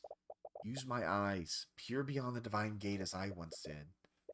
Meredith called you a Heavensborn, and your mother told you there's a light within you. You have no idea what that means. What even is the divine gate? Why do you have the Eye of Horus? Why are you able to read people's minds? You've been so lost lately. You thought you finally figured out who you're supposed to be. But all this, everything you've been working towards, it was all a lie. You spent your whole life trying to be like Miss Tomorrow, but is she even like her? No. She just wanted to raise you into the tool for the eye taker. She was never your guardian. She was never your mother. Your real mother died years ago. Was Eris right? Is everyone in your life just trying to use you? Looking back on it, you've had no idea what to do with yourself since your mother died. Just been making mistake after mistake. Leaving Arnax, trusting Timora, becoming an attorney. You've always just done as you were told. You've never once made a path for yourself. But you saved Celeste, and Wallace, and Dracogen, all when no one else would stand up for them. Was helping them a mistake? You fought for a dream that doesn't exist, but that doesn't mean you can't make it real. It's true you followed Timora's lead, but you've always done what you thought was right above everything else. You wouldn't have stood up to that criminal if you didn't know right from wrong. And you wouldn't be standing here if you'd just done as you were told. What do I do? I'm not going to tell you that. You already know the answer. You've always known the answer. You take a deep breath and relax your thoughts. How do you prove that Beatrice ordered Myrna? Situations can seem hopeless sometimes, but there's always a way to win at the end.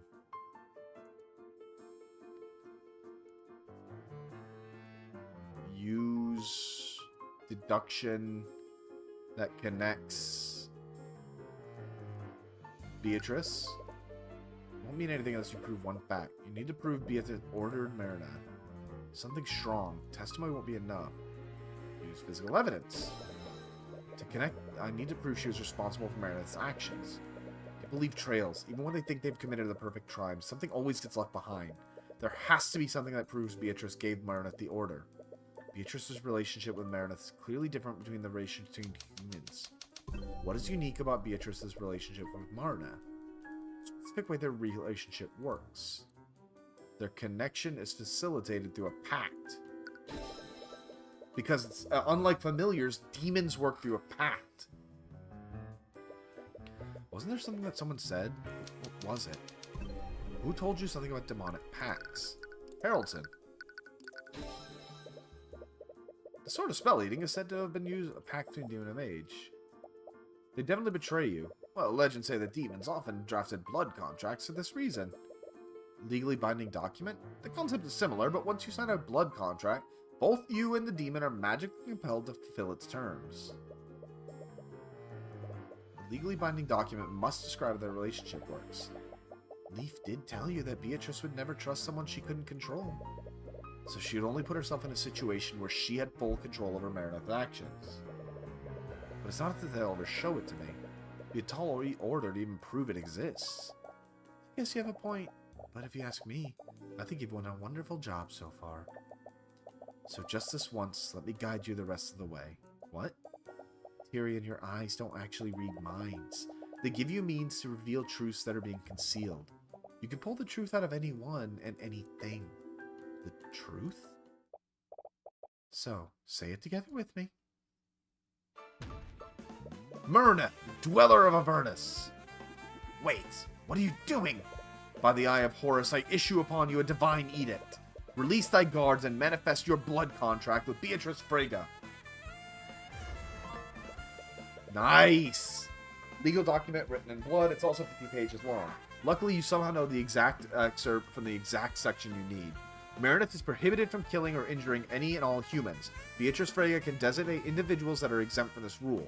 And exempted individuals will only remain so for 24 hours. After that, Meredith cannot harm unless told otherwise. You did it, but how? Was that really your... No, that's not important right now. She gave you what you needed. The rest is up to you. What in the nine hells was that? You! When did you learn to? Mr. Cuthbert, what just happened? Your Honor, I just made the witness manifest their blood contract. You did what? Blood contract? You can think of it as a legally binding document. It lays out the terms of the pact between Beatrice Frege and their familiar. Incredible. Where did you learn how to do such a thing?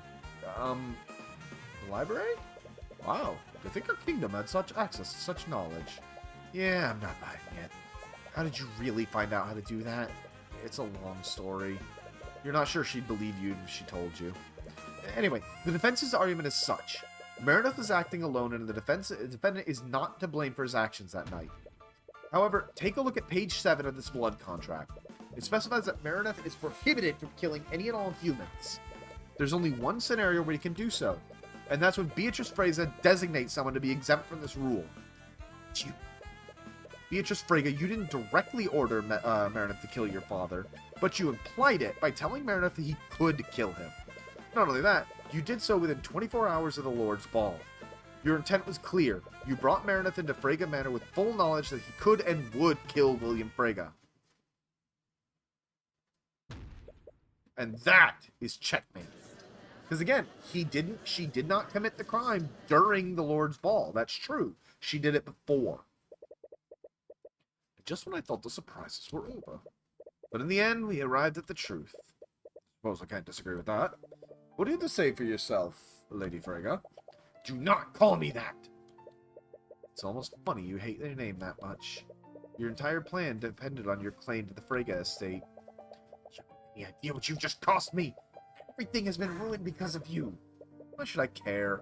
You're just another noble, trying to steal power for yourself. Don't you dare lump me together with those tyrants! If we would have just liberated House Freyja, we would have liberated everyone! Miriam, Leaf, Arya, even Astar! Our system is broken. The only way we can fix it is by burning it down from the inside. As long as King Oliver sits on the throne, this suffering will only continue.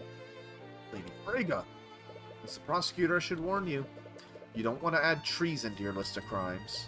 Even though you'd like to see the king ousted just as much as she does. Doesn't matter, I'm done either way. Heavensborn, look at page 46 of the blood contract. By accepting this pact, Beatrice forever binds her soul to the abyssal hells. If Beatrice Freyja fails to pay her debt by claiming House Freyja and all of its assets, her soul, her mind, and her life will be claimed by the Empress of Discord. Baby! Math! They're going there. The Empress of Discord. Anyone versed in Greek mythology even a little bit? Who is the goddess of discord?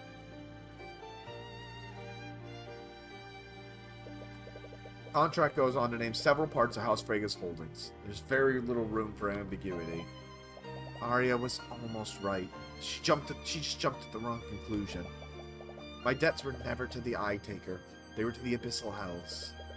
Why would you agree to something like this? Because I miscalculated.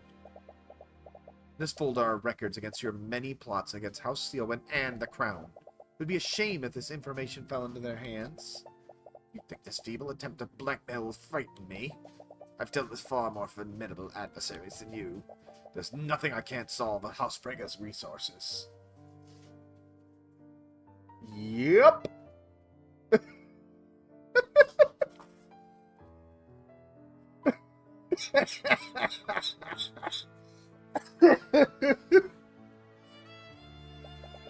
What are you talking about? Lucio Steelwind isn't the kind of person you could just buy. Clear your time away is touching nothing. Everyone can be bought. Before I left, he controlled every aspect of my life. I saw him as unstoppable, tyrannical force. I never even considered one possibility. That William Freyja was a sheltered moron. He honestly thought he could pay off Lucio Steelwind. Anyone who's met him would know that would never work. I could have sent this information to House Steelwind and the King, but I was running out of time. I needed to inherit House Freyja as soon as I could. I felt trapped. I felt angry. I just wanted something to change. Something about this feels wrong. Something deep inside you is crying out in anger. A blood contract is still a legal contract, isn't it? What? If it's a contract, we can dispute it. We can find some kind of loophole to get you out of it. What? Trying to redeem the enemy you just defeated? You really are a Heavensborn. Sorry, Mr. Cuthbert, but I won't accept your help. What? Why? We can at least try, right? You seriously come this far just so you can die. The dispute of blood contract is to bet your own soul. If you fail to render it null, your soul will be dragged to hell along with her. Even your divine blood won't save you from that fate. Still, I can't just... You've beaten me, Mr. Cuthbert. I don't want to drag anyone else down with me anymore. Not you, not Leif, not Miriam. Despite everything, I still have my dignity. I believe there's no further need to prolong this trial. Bailiff, please escort Lady Freyga and her familiar to a holding cell. I'll be passing my verdict shortly.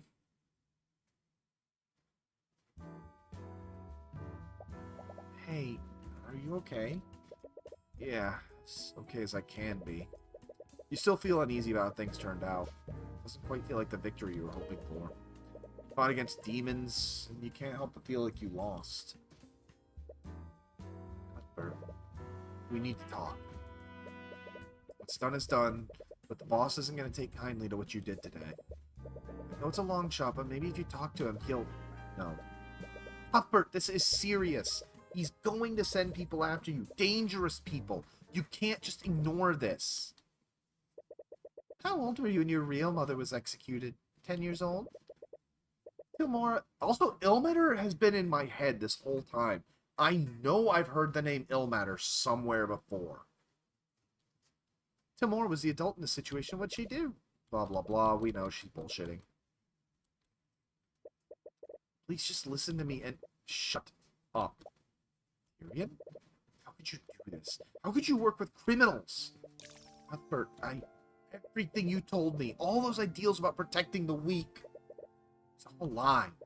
Everything Commander White said about you is true, isn't it? I'm just trying to... I don't want your help. As you yell at her, your voice echoes throughout the lobby. Several of the people nearby turn silent. I gave up everything for you. My childhood, my home, my happiness. I left it all behind to chase the idea you told me you were fighting for. It's never real, was it? You made me throw away everything. All for a goddamn lie. I'll make it real.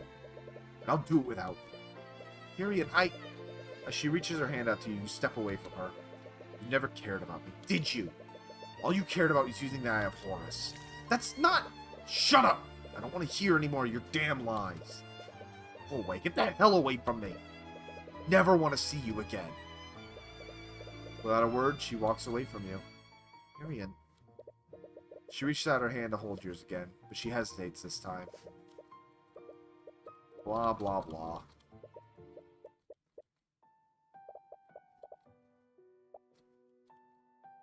Remembering all the love.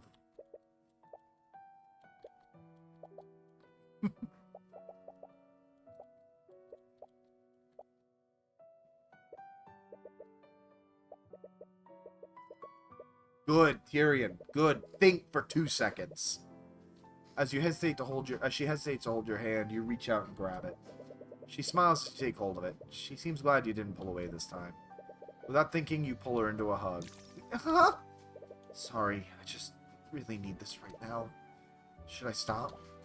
No, it's just... They're staring at us.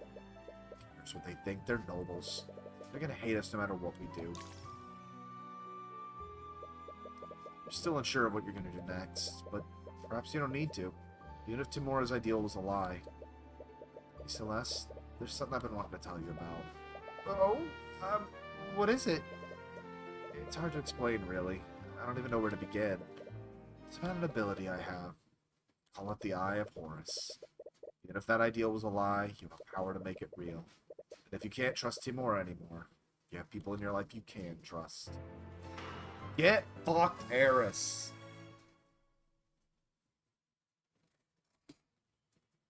What do we got in the post scene?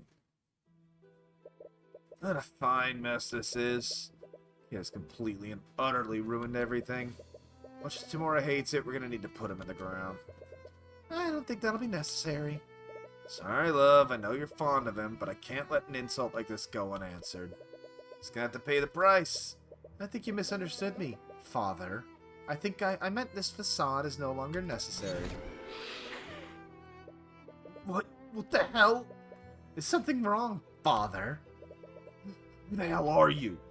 You look nothing like my daughter, so why? It happened centuries ago, I believe.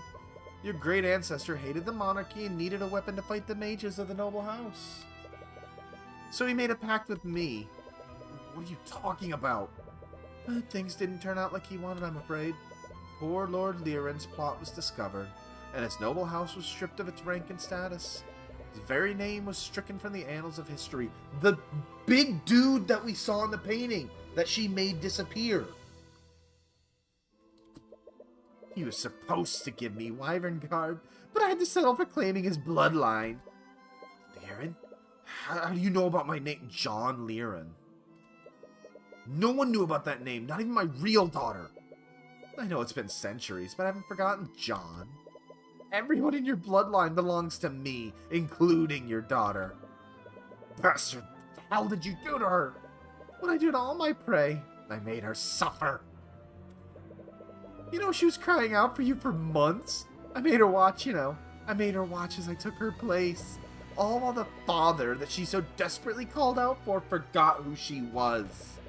All while my minions slowly and painfully tore her soul apart. You monster.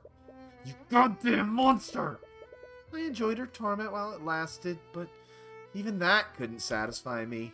What I really crave is the blood of a Celestial.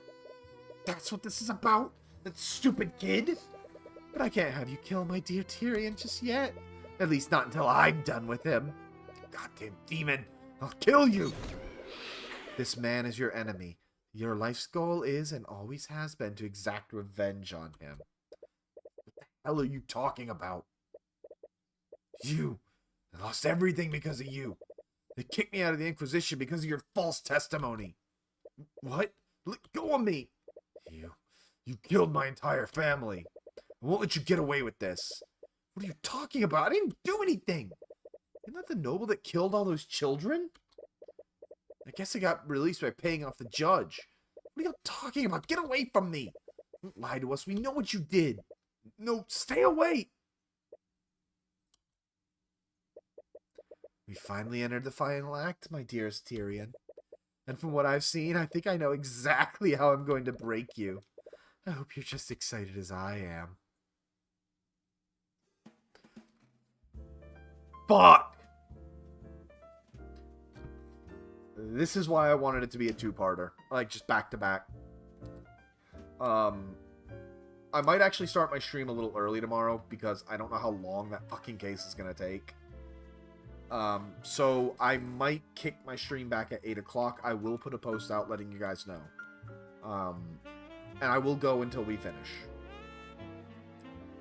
Once again, I have only to say, fuck. I knew the bitch was dangerous the minute I saw her god form, but I drastically underestimated her. We are wrapping this up tomorrow. And we will get this bitch. So until then, I don't care if you've been here the whole time. I don't care if you've been lurking. I don't care if you're just getting here just to see me say goodbye. I appreciate everybody's eyes every second you give to me. And I just remembered that I never actually opened up my outro. So give me one quick second. Ooh, that looks good. Anyway, sorry. That sounded so cool, and then I fucked it up. Here we are. So, as I said, tomorrow we get this bitch. And tomorrow, so, until then, take care of yourselves, everybody. There we go. Take care of yourselves, everybody. Have a good night. And until tomorrow, stay golden.